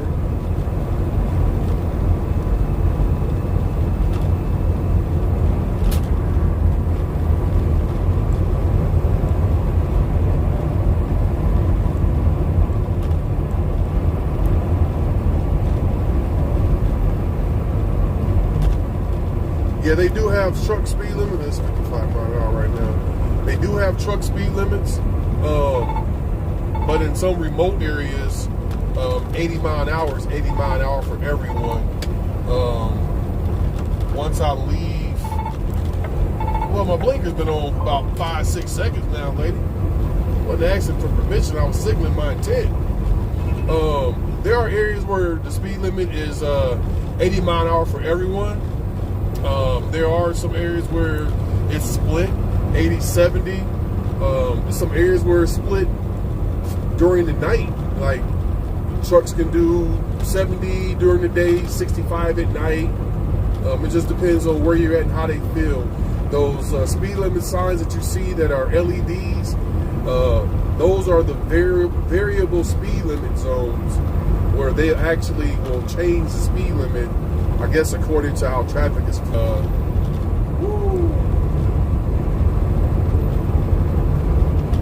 So running this way, I probably won't ever get to see like this LED rush hour time right now. That would have said 75 mile an hour. And we haven't even got to the traffic area yet. I just wonder who changes them. Say there's a cop sitting here, and when he came the other way, it says 65, and I ride past and this guy changed to 75. Would he still pull me over? How does he know? Is he the one that flips the switch? You know, does he get an instant update that, hey, the speed limit just changed? Or, you know, how's that work?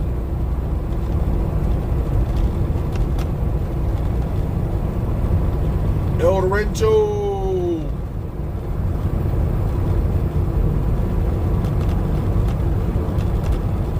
I really appreciate y'all jumping in here. You know, this is good for me too. You know,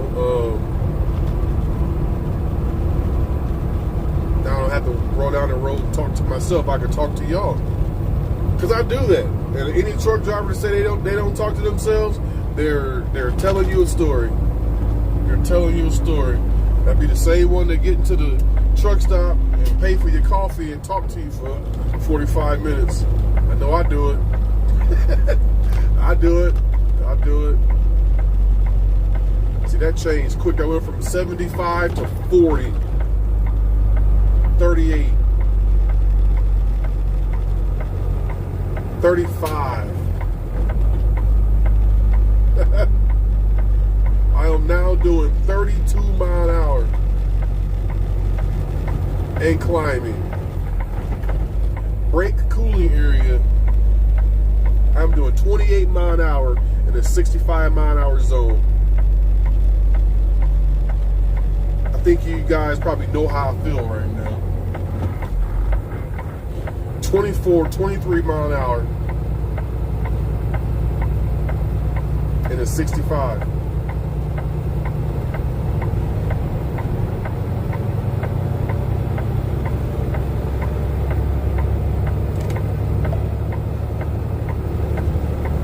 Now there's a steep downhill ahead.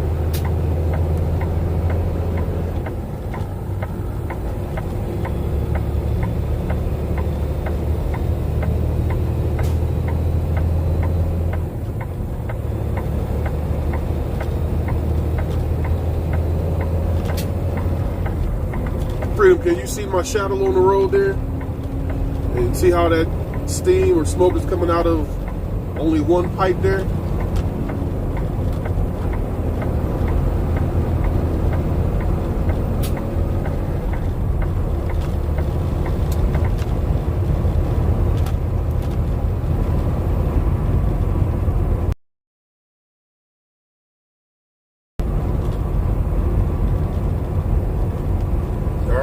Tell you something I don't think I've told a lot of people.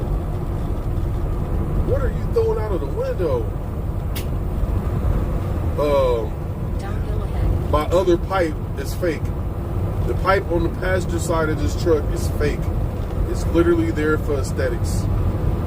I have one functioning tailpipe, and it goes through a DPF filter.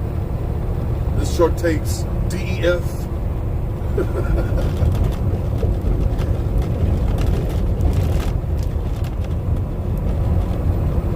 found it out inspecting the truck, walking around. I looked underneath it, and I was like, wait a minute. That tailpipe, that exhaust, it just ends. It just stops. I have to do a full review. I know, right?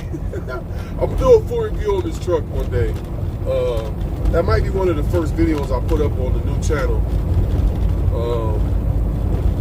to show, you know, how it looks in this truck, sleeper, you know, the outside of the truck, what the motor looks like. Be aware of animals crossing. I'll show me loading the truck up.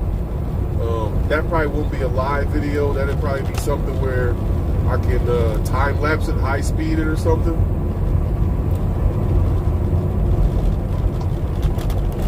Alright, now the speed limit now is 65 for four-wheelers, 65 for four wheelers and 45 for trucks. And there's a truck runaway ramp up here as well. Don't be fooled. This is what the sign says, trucks, don't be fooled. 4 more miles of steep grades and sharp curves. Don't be fooled. 7,520 feet. 6% grade next 4 miles. I'm supposed to be doing 45, but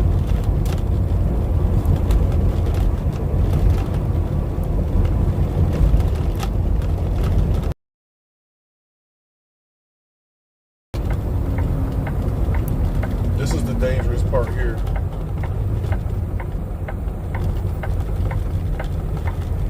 This guy's doing 29 mile an hour.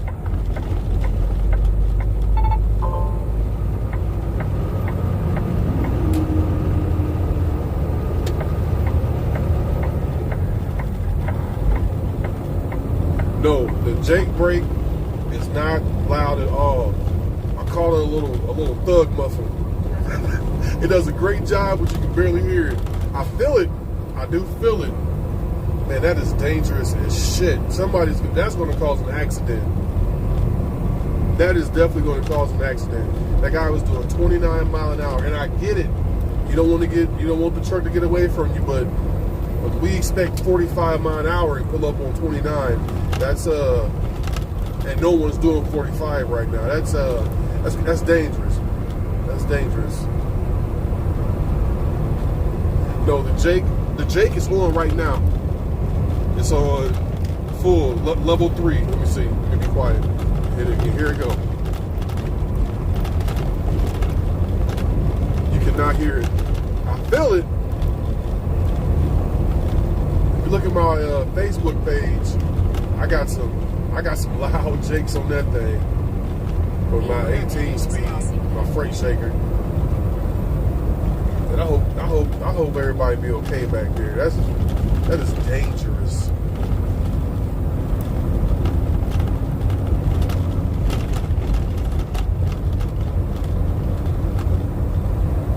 Here's the runaway truck ramp here.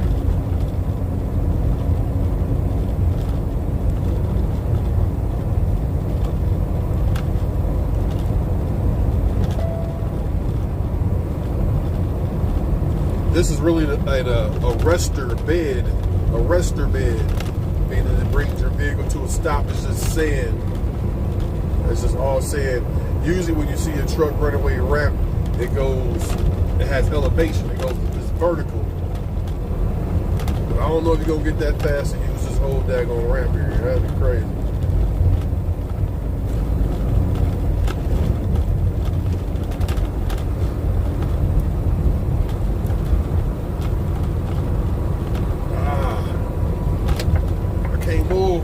Can't move.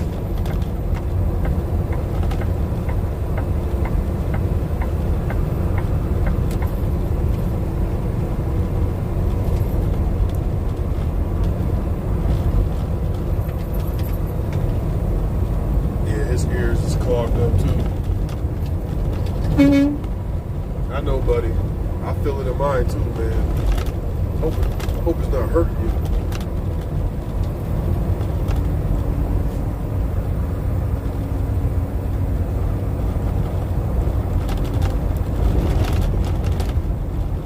Trying to stretch your ears? What the hell is that? Ooh. Yeah, he's over there playing with his ears, flapping his ears. I feel it too, buddy.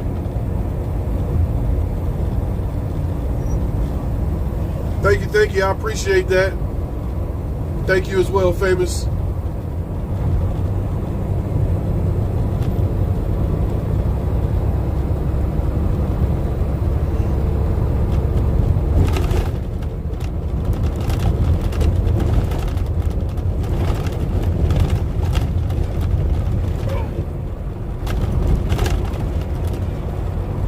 City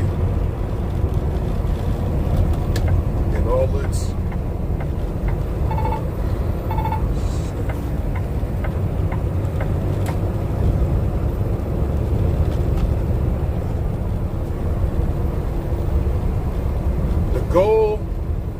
mission of my channel is going to be to spread awareness about trucks. A lot of people think they know everything it is about trucks. Has never been in the truck, and I've been in the truck for 21 years, and I don't claim to know everything about a truck. It's like that truck just jumped on and just got right in front of me. I seen it on the camera. It looks further away than it actually was.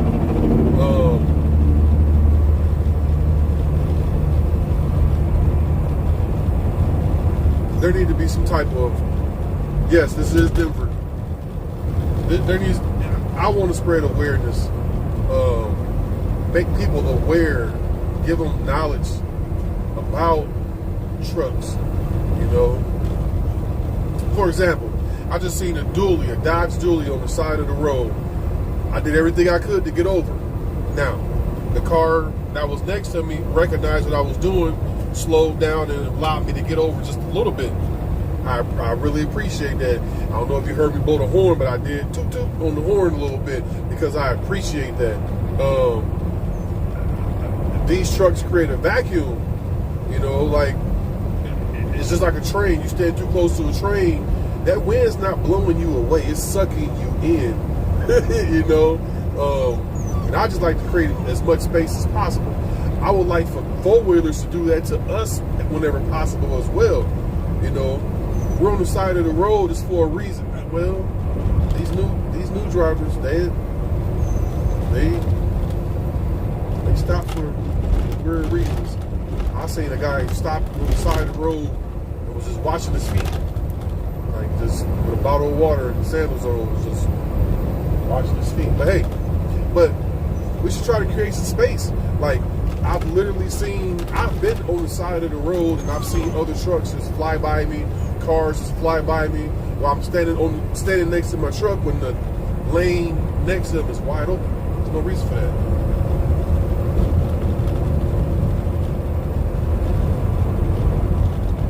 There's no reason for that. You don't know why that vehicle's on the side of the road. That person could be having a medical episode and pulls over and get out of his vehicle and just faint, and you have a lane that's not occupied to your left, but you're right next to him. You know what that would do to him and his family.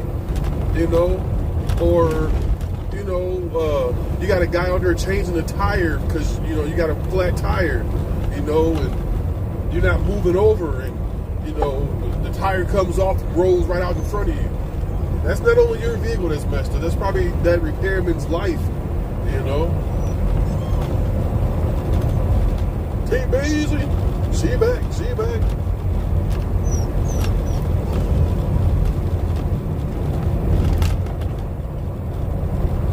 Yes.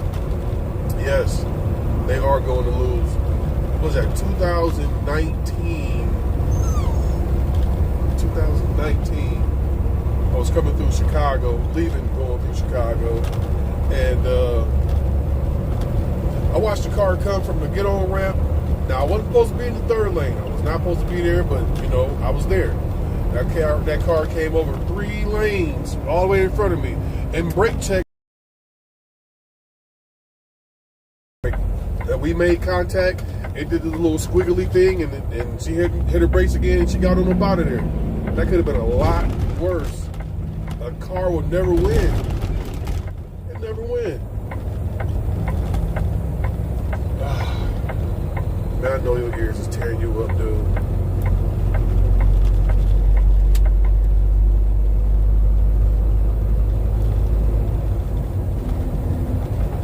I was in Amarillo, Texas. This is probably in 2004, 2005. 2 days prior, I was going out to California. Amarillo, Texas was nice, sunny, and bright. In fact, I stopped there and got something to eat. 2 days later, I come back through, we riding on ice as thick as the yellow pages. I know a lot of people probably don't know what that is anymore, but some of y'all do. And I was trading the guy at the time. And this lady got on the, I know, buddy. I don't know what I can do for you, though. I need to Google that.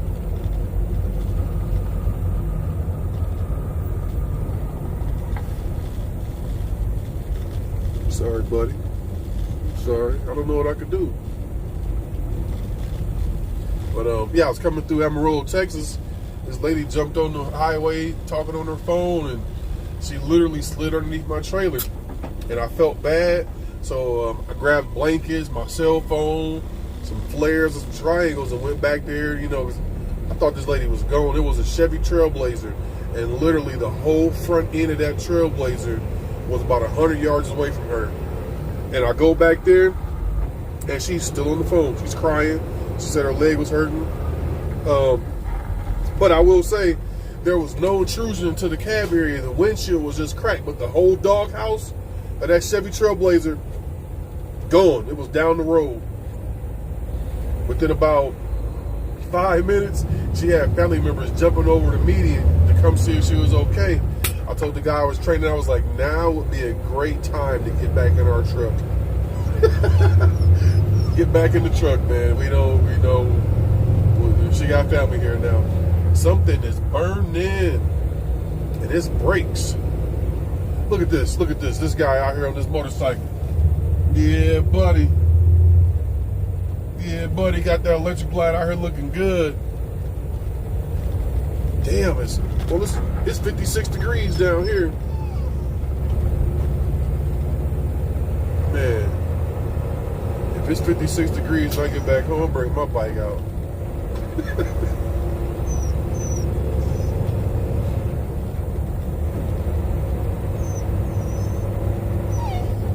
I pulled the bike out the day before Thanksgiving. I'm in the process of ordering and doing a lot of stuff to it. But I pulled it out with the saddlebags off of it. I didn't even care. I pulled it out the garage, and then I went down the road. I think I went less than a mile before I turned around. My head, oh man, it was so cold. I was like, no, I got back. My dad was laughing at me. He's like, I thought you were going to put some gas in it. I was like, no, I'm going to bring some gas to it. How about that? Yeah, I got my little puppy with me. Congestion at 10 miles extends for 2.1 miles and takes 6 minutes. I'll get him on video here pretty soon. Maybe not today. Maybe today. I don't know. That's not his bathroom line right there. I know his ears. We're down to 5,424 feet from 11,200. So I know he's going through some things with his ears. And I didn't think about that. I should have thought about that. I need to Google how I can help him with that too. I can give you a treat. Maybe the chew want to help. I can give you a treat. That's what I can do. What's up, Northwoods? Good to see you. What you want? You want the duck or the rabbit? There you go. You chew on that, buddy. Maybe that'll pop your ears, man. Do you want that one?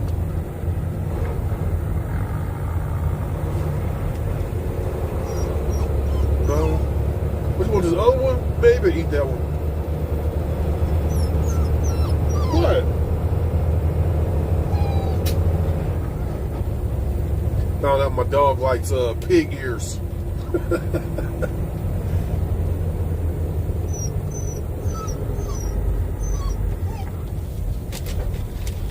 This the one you want? You seen both of them?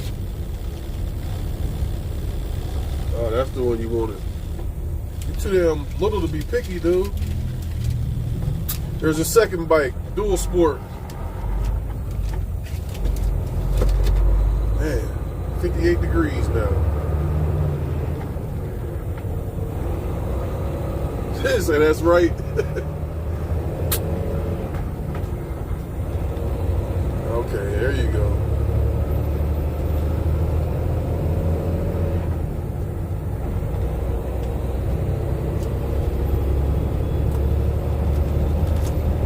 How many feet in the mile? Is it 5,280 or 5,480? 280 sounds about right.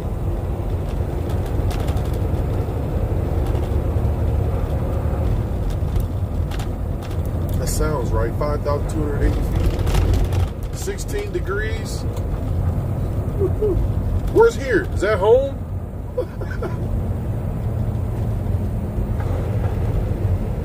5,280 feet, okay.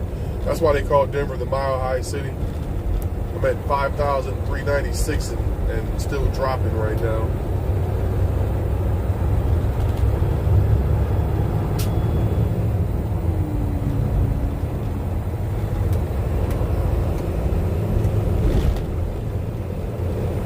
New Hampshire.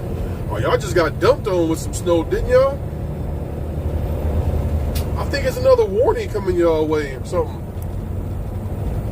We got lucky at home. We missed it. And the one coming from the west went right above us into Canada. 2.25 miles. And keep left to I-76 east. It missed us, man. And hey, I like the snow. I like making money in the snow. I plow the snow at home when I'm home. But I don't think I was ready for that. It was dudes out this way sitting on the highway for 37 hours straight. 37 hours. Now, I'm equipped for that. If I had to, like, I can make it. I got a freezer, fridge, air fryer. I got a 32-inch flat screen on the wall. Got my PlayStation. Got plenty of water. Enough food to last.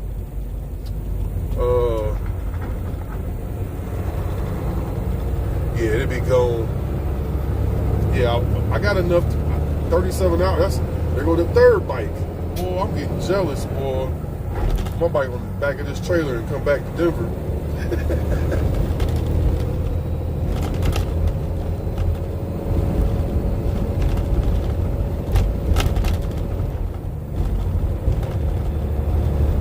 Can't be out here without a well-stocked truck, man. You know, anything can happen at any time. This is a brand new truck. I've had a brand new truck. Matter of fact, that prime truck that I was talking about not too long ago went down on me, and I was prepared then too. You got to be prepared. You just never know. This is trucking. You know, breakdowns, mishaps happen out here. Now, I will say, they forecasted that snow for about 4 days before it actually hit. And I made a comment on one of the groups. I'm like, you guys, y'all should have been seeing this coming. They've been talking about it. It's your own fault. It ain't like that. It ain't like that. Like before I came out here, looked at the 10-day. Like, yeah, I'll do that one for you. There go another bike.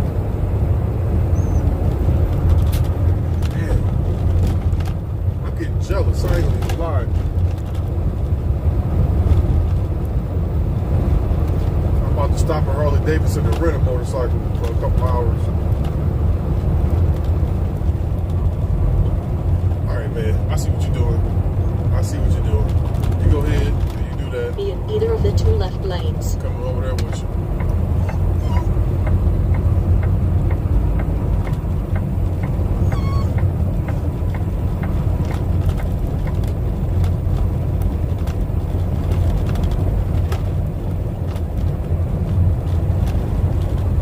So this truck is equipped with adaptive cruise control and lane departure alert. All right, now, shit. I'm gonna tell you now, I hate both of them, and I don't use that word often, but I really dislike. I really dislike both of them.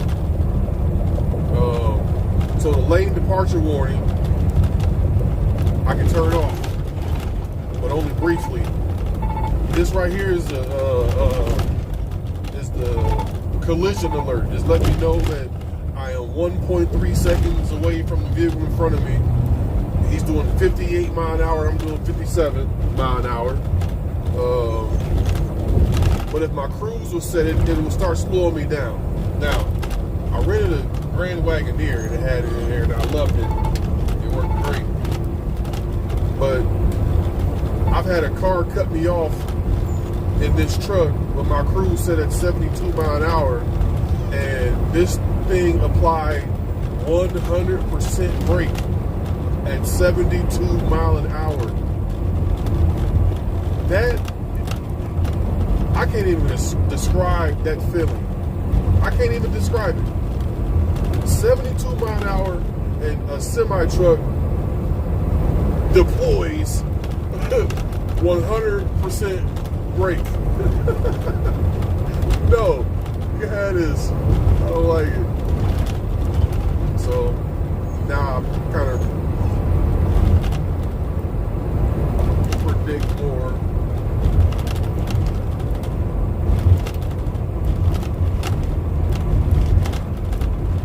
I can't get it yet, dude. You got to wait a second. I can't reach over there. All right, I see a bunch of brake lights. Check brake activated. So you can't hear it.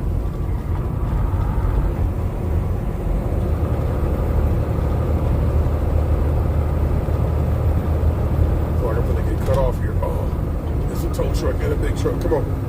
Come on. Come on.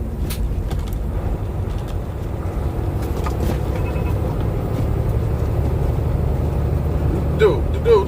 I wasn't telling you to come on. No. Come on here. You gotta go sit down, buddy. Come on. You gotta go sit down.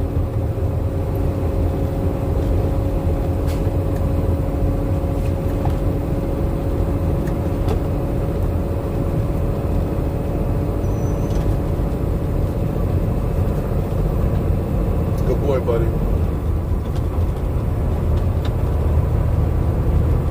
So I told that other pickup truck, I verbalized. I said COMEON, and that's his phrase for. I can't even say that. That's his phrase for. Do what you want to do, I guess. Let's just say that. So when I said that he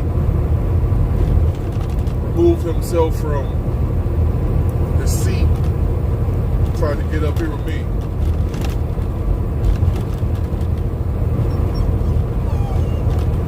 You should have picked that tree up you dropped. You waiting on me to grab it and give it to you.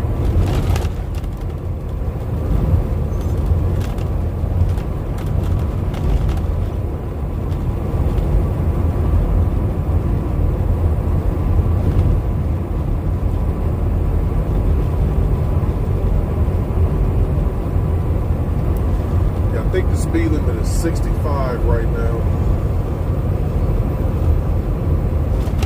Whoa, we almost took flight.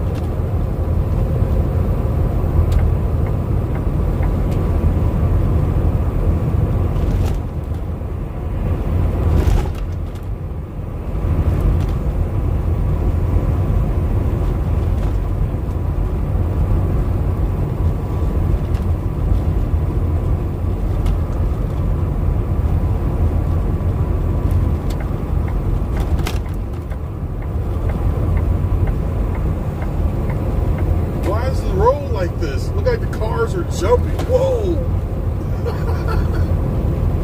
Why is the road like this? Alright, back her down, son.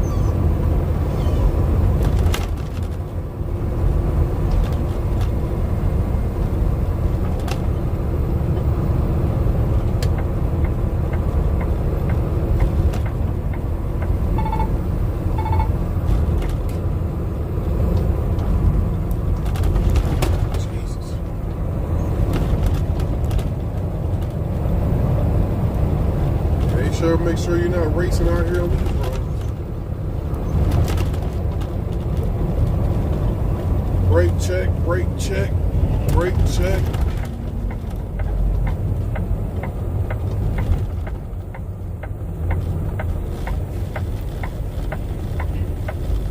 Approaching congestion ahead, drive with caution.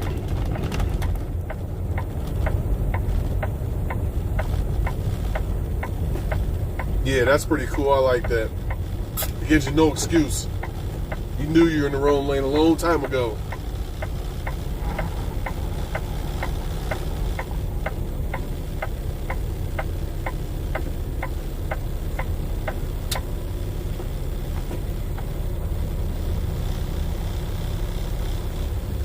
So I took the highway I came down off of.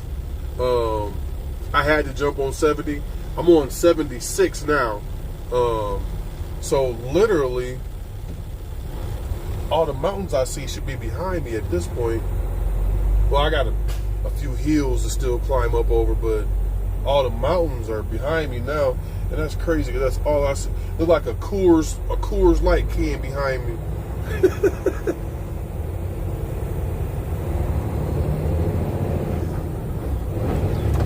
All right, turn the Jake off.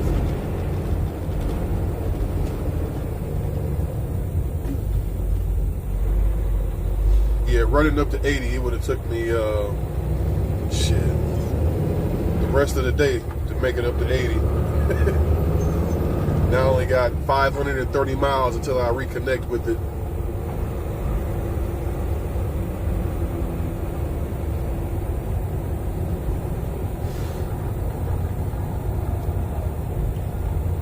I'm gonna be stopping at a Love's here pretty soon. I haven't had a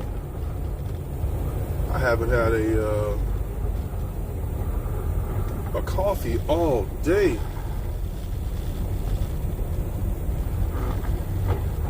Yeah, Denver is not hilly. I take that back. It's hilly, but it's not mountainous. It's not until you get over with the Grand Junction. When you pass Denver, that's when all hell breaks loose. That's when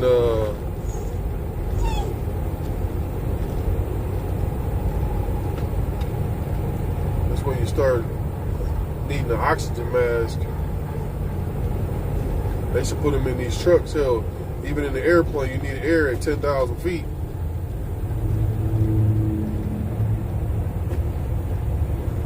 It is 10,000 feet, right?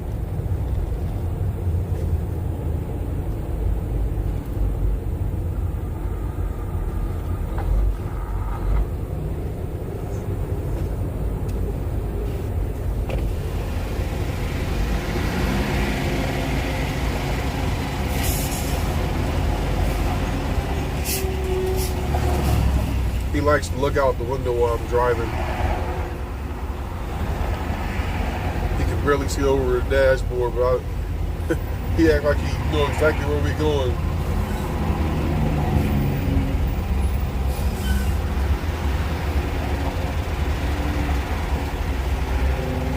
Hypoxia, yes.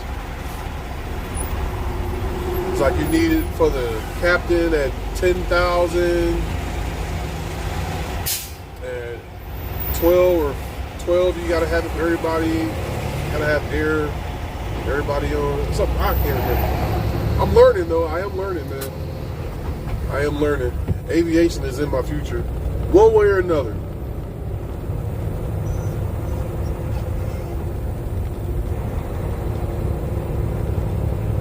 I'm not trying to be an airline pilot, but I would like to own a turboprop or something when I retire. Maybe, something. But I tell you what, though, I have a fear already of flying out this way. I've been listening to the pilot debrief and all these stories about these people flying out of Telluride out here, and getting spatially disoriented and, don't know, what's the word I'm looking for? The density.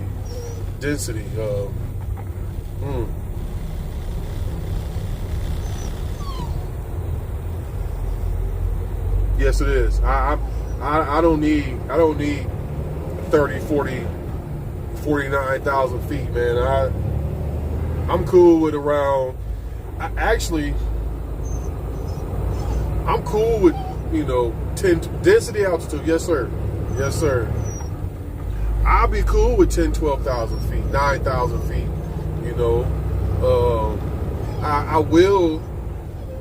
I will get instrument rated though. I think anybody who flies should be instrument rated. You can fly in the clouds at 2,000 feet, and if you can't read your gauges, you asking for vectors at that point. You know, nah. I think everybody should have to be able to read instruments, have a working GPS. You know, that's what I believe. You can't never have too many. Take off the layers at high altitude. That is dangerous. With the speed at which you got to come back in at.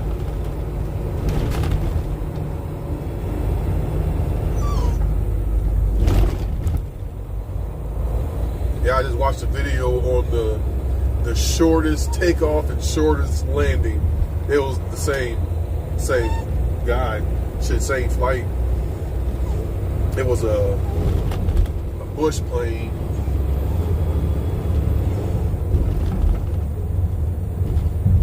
Working trucking GPS.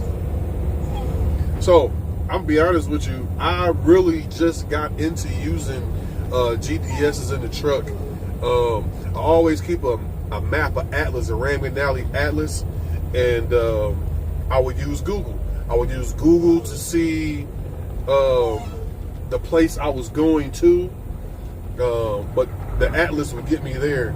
So last year I spent like 400 and something bucks on a Ram McNally GPS unit, and after I got it, I noticed a guy had a Garmin, and that Garmin was just so crystal clear. It was nice, and so I asked him about it, and he gave it to me. Well, he gave me his old one, which he had. This is the old one, and he called it the old one because he's using. This had never been used. He plugged it up. He didn't like it. Put it in the box, and he gave me this this Garmin, and so I ran Garmin and Ram McNally side by side. You know, see how big the differences were, and there's a big difference. I also ran my trucker path against both of them, and I gotta say that I was asleep on Garmin. Garmin is, and if you think about it, I haven't never heard of a Ram McNally GPS in a plane, but I have heard of Garmin in a plane. You know, Garmin is like iPhone and Ram McNally is like Android. You know, that Ram McNally was so familiar to use because I use it, the Samsung, the Android, quite often. And I got this this Garmin, and it literally is like a whole new world for me. It's like, how do I do this? Where do I do that? How do I do this? But after spending some time with it, I won't have anything else other than a Garmin. But keep you a GPS, or keep you an atlas though. You know, you got to keep you an atlas. You need a paper map. Well, a paper laminated map, atlas. You know, higher stall speeds, yes sir.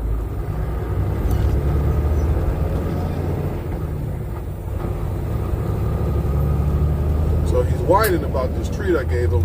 He dropped it on the floor, and he got down and got back up there, but he did not get it, and I can't reach it. So he's gonna be whining for a while here, because I'm not, can't do it.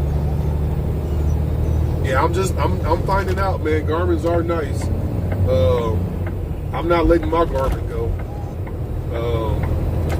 They actually have a Garmin smartwatch for sale too. I have a Samsung smartwatch, and this Garmin links to my phone for like updates, weather, traffic, and all of that. What, you yelling at me now? You yelling at me now? Huh? You yelling at me now? Huh?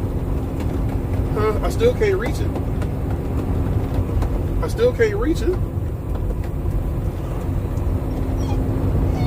No, sit down.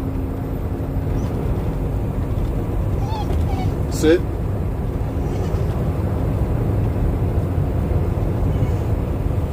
Good boy.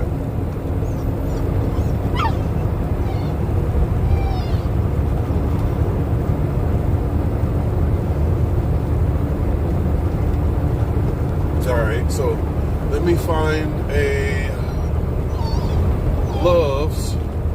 See if there's a Love's travel stop close.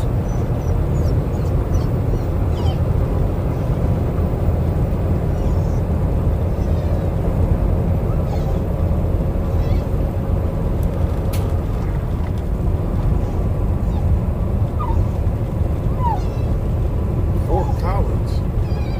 Oh, okay, there we go.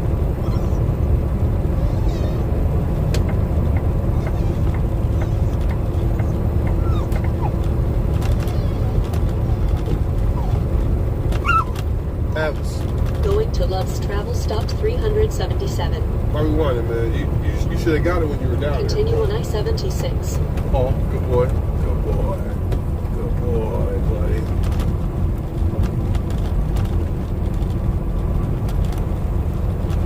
All right, well, I got about another 4 miles and I'll be jumping off here.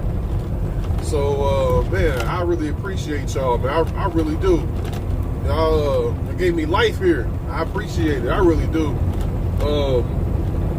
Man, I'm gonna go ahead and jump off here. Stop here and give me a little fuel, a little coffee. Let the pup out. Let him run around for a little bit here. If he can stop biting my finger. And I'll introduce the world to him, or him to the world here. Shortly, but hey, I really appreciate everybody jumping in and staying in here with me. I appreciate that. I really do. Let's see, Freedom, I appreciate you. T-Beezy, famously. I can't get to everybody because I'm driving. I tried to holler at everybody as they were coming in. I appreciate it, and I will catch you on the next one. Or maybe you catch me on the next one. Deuces.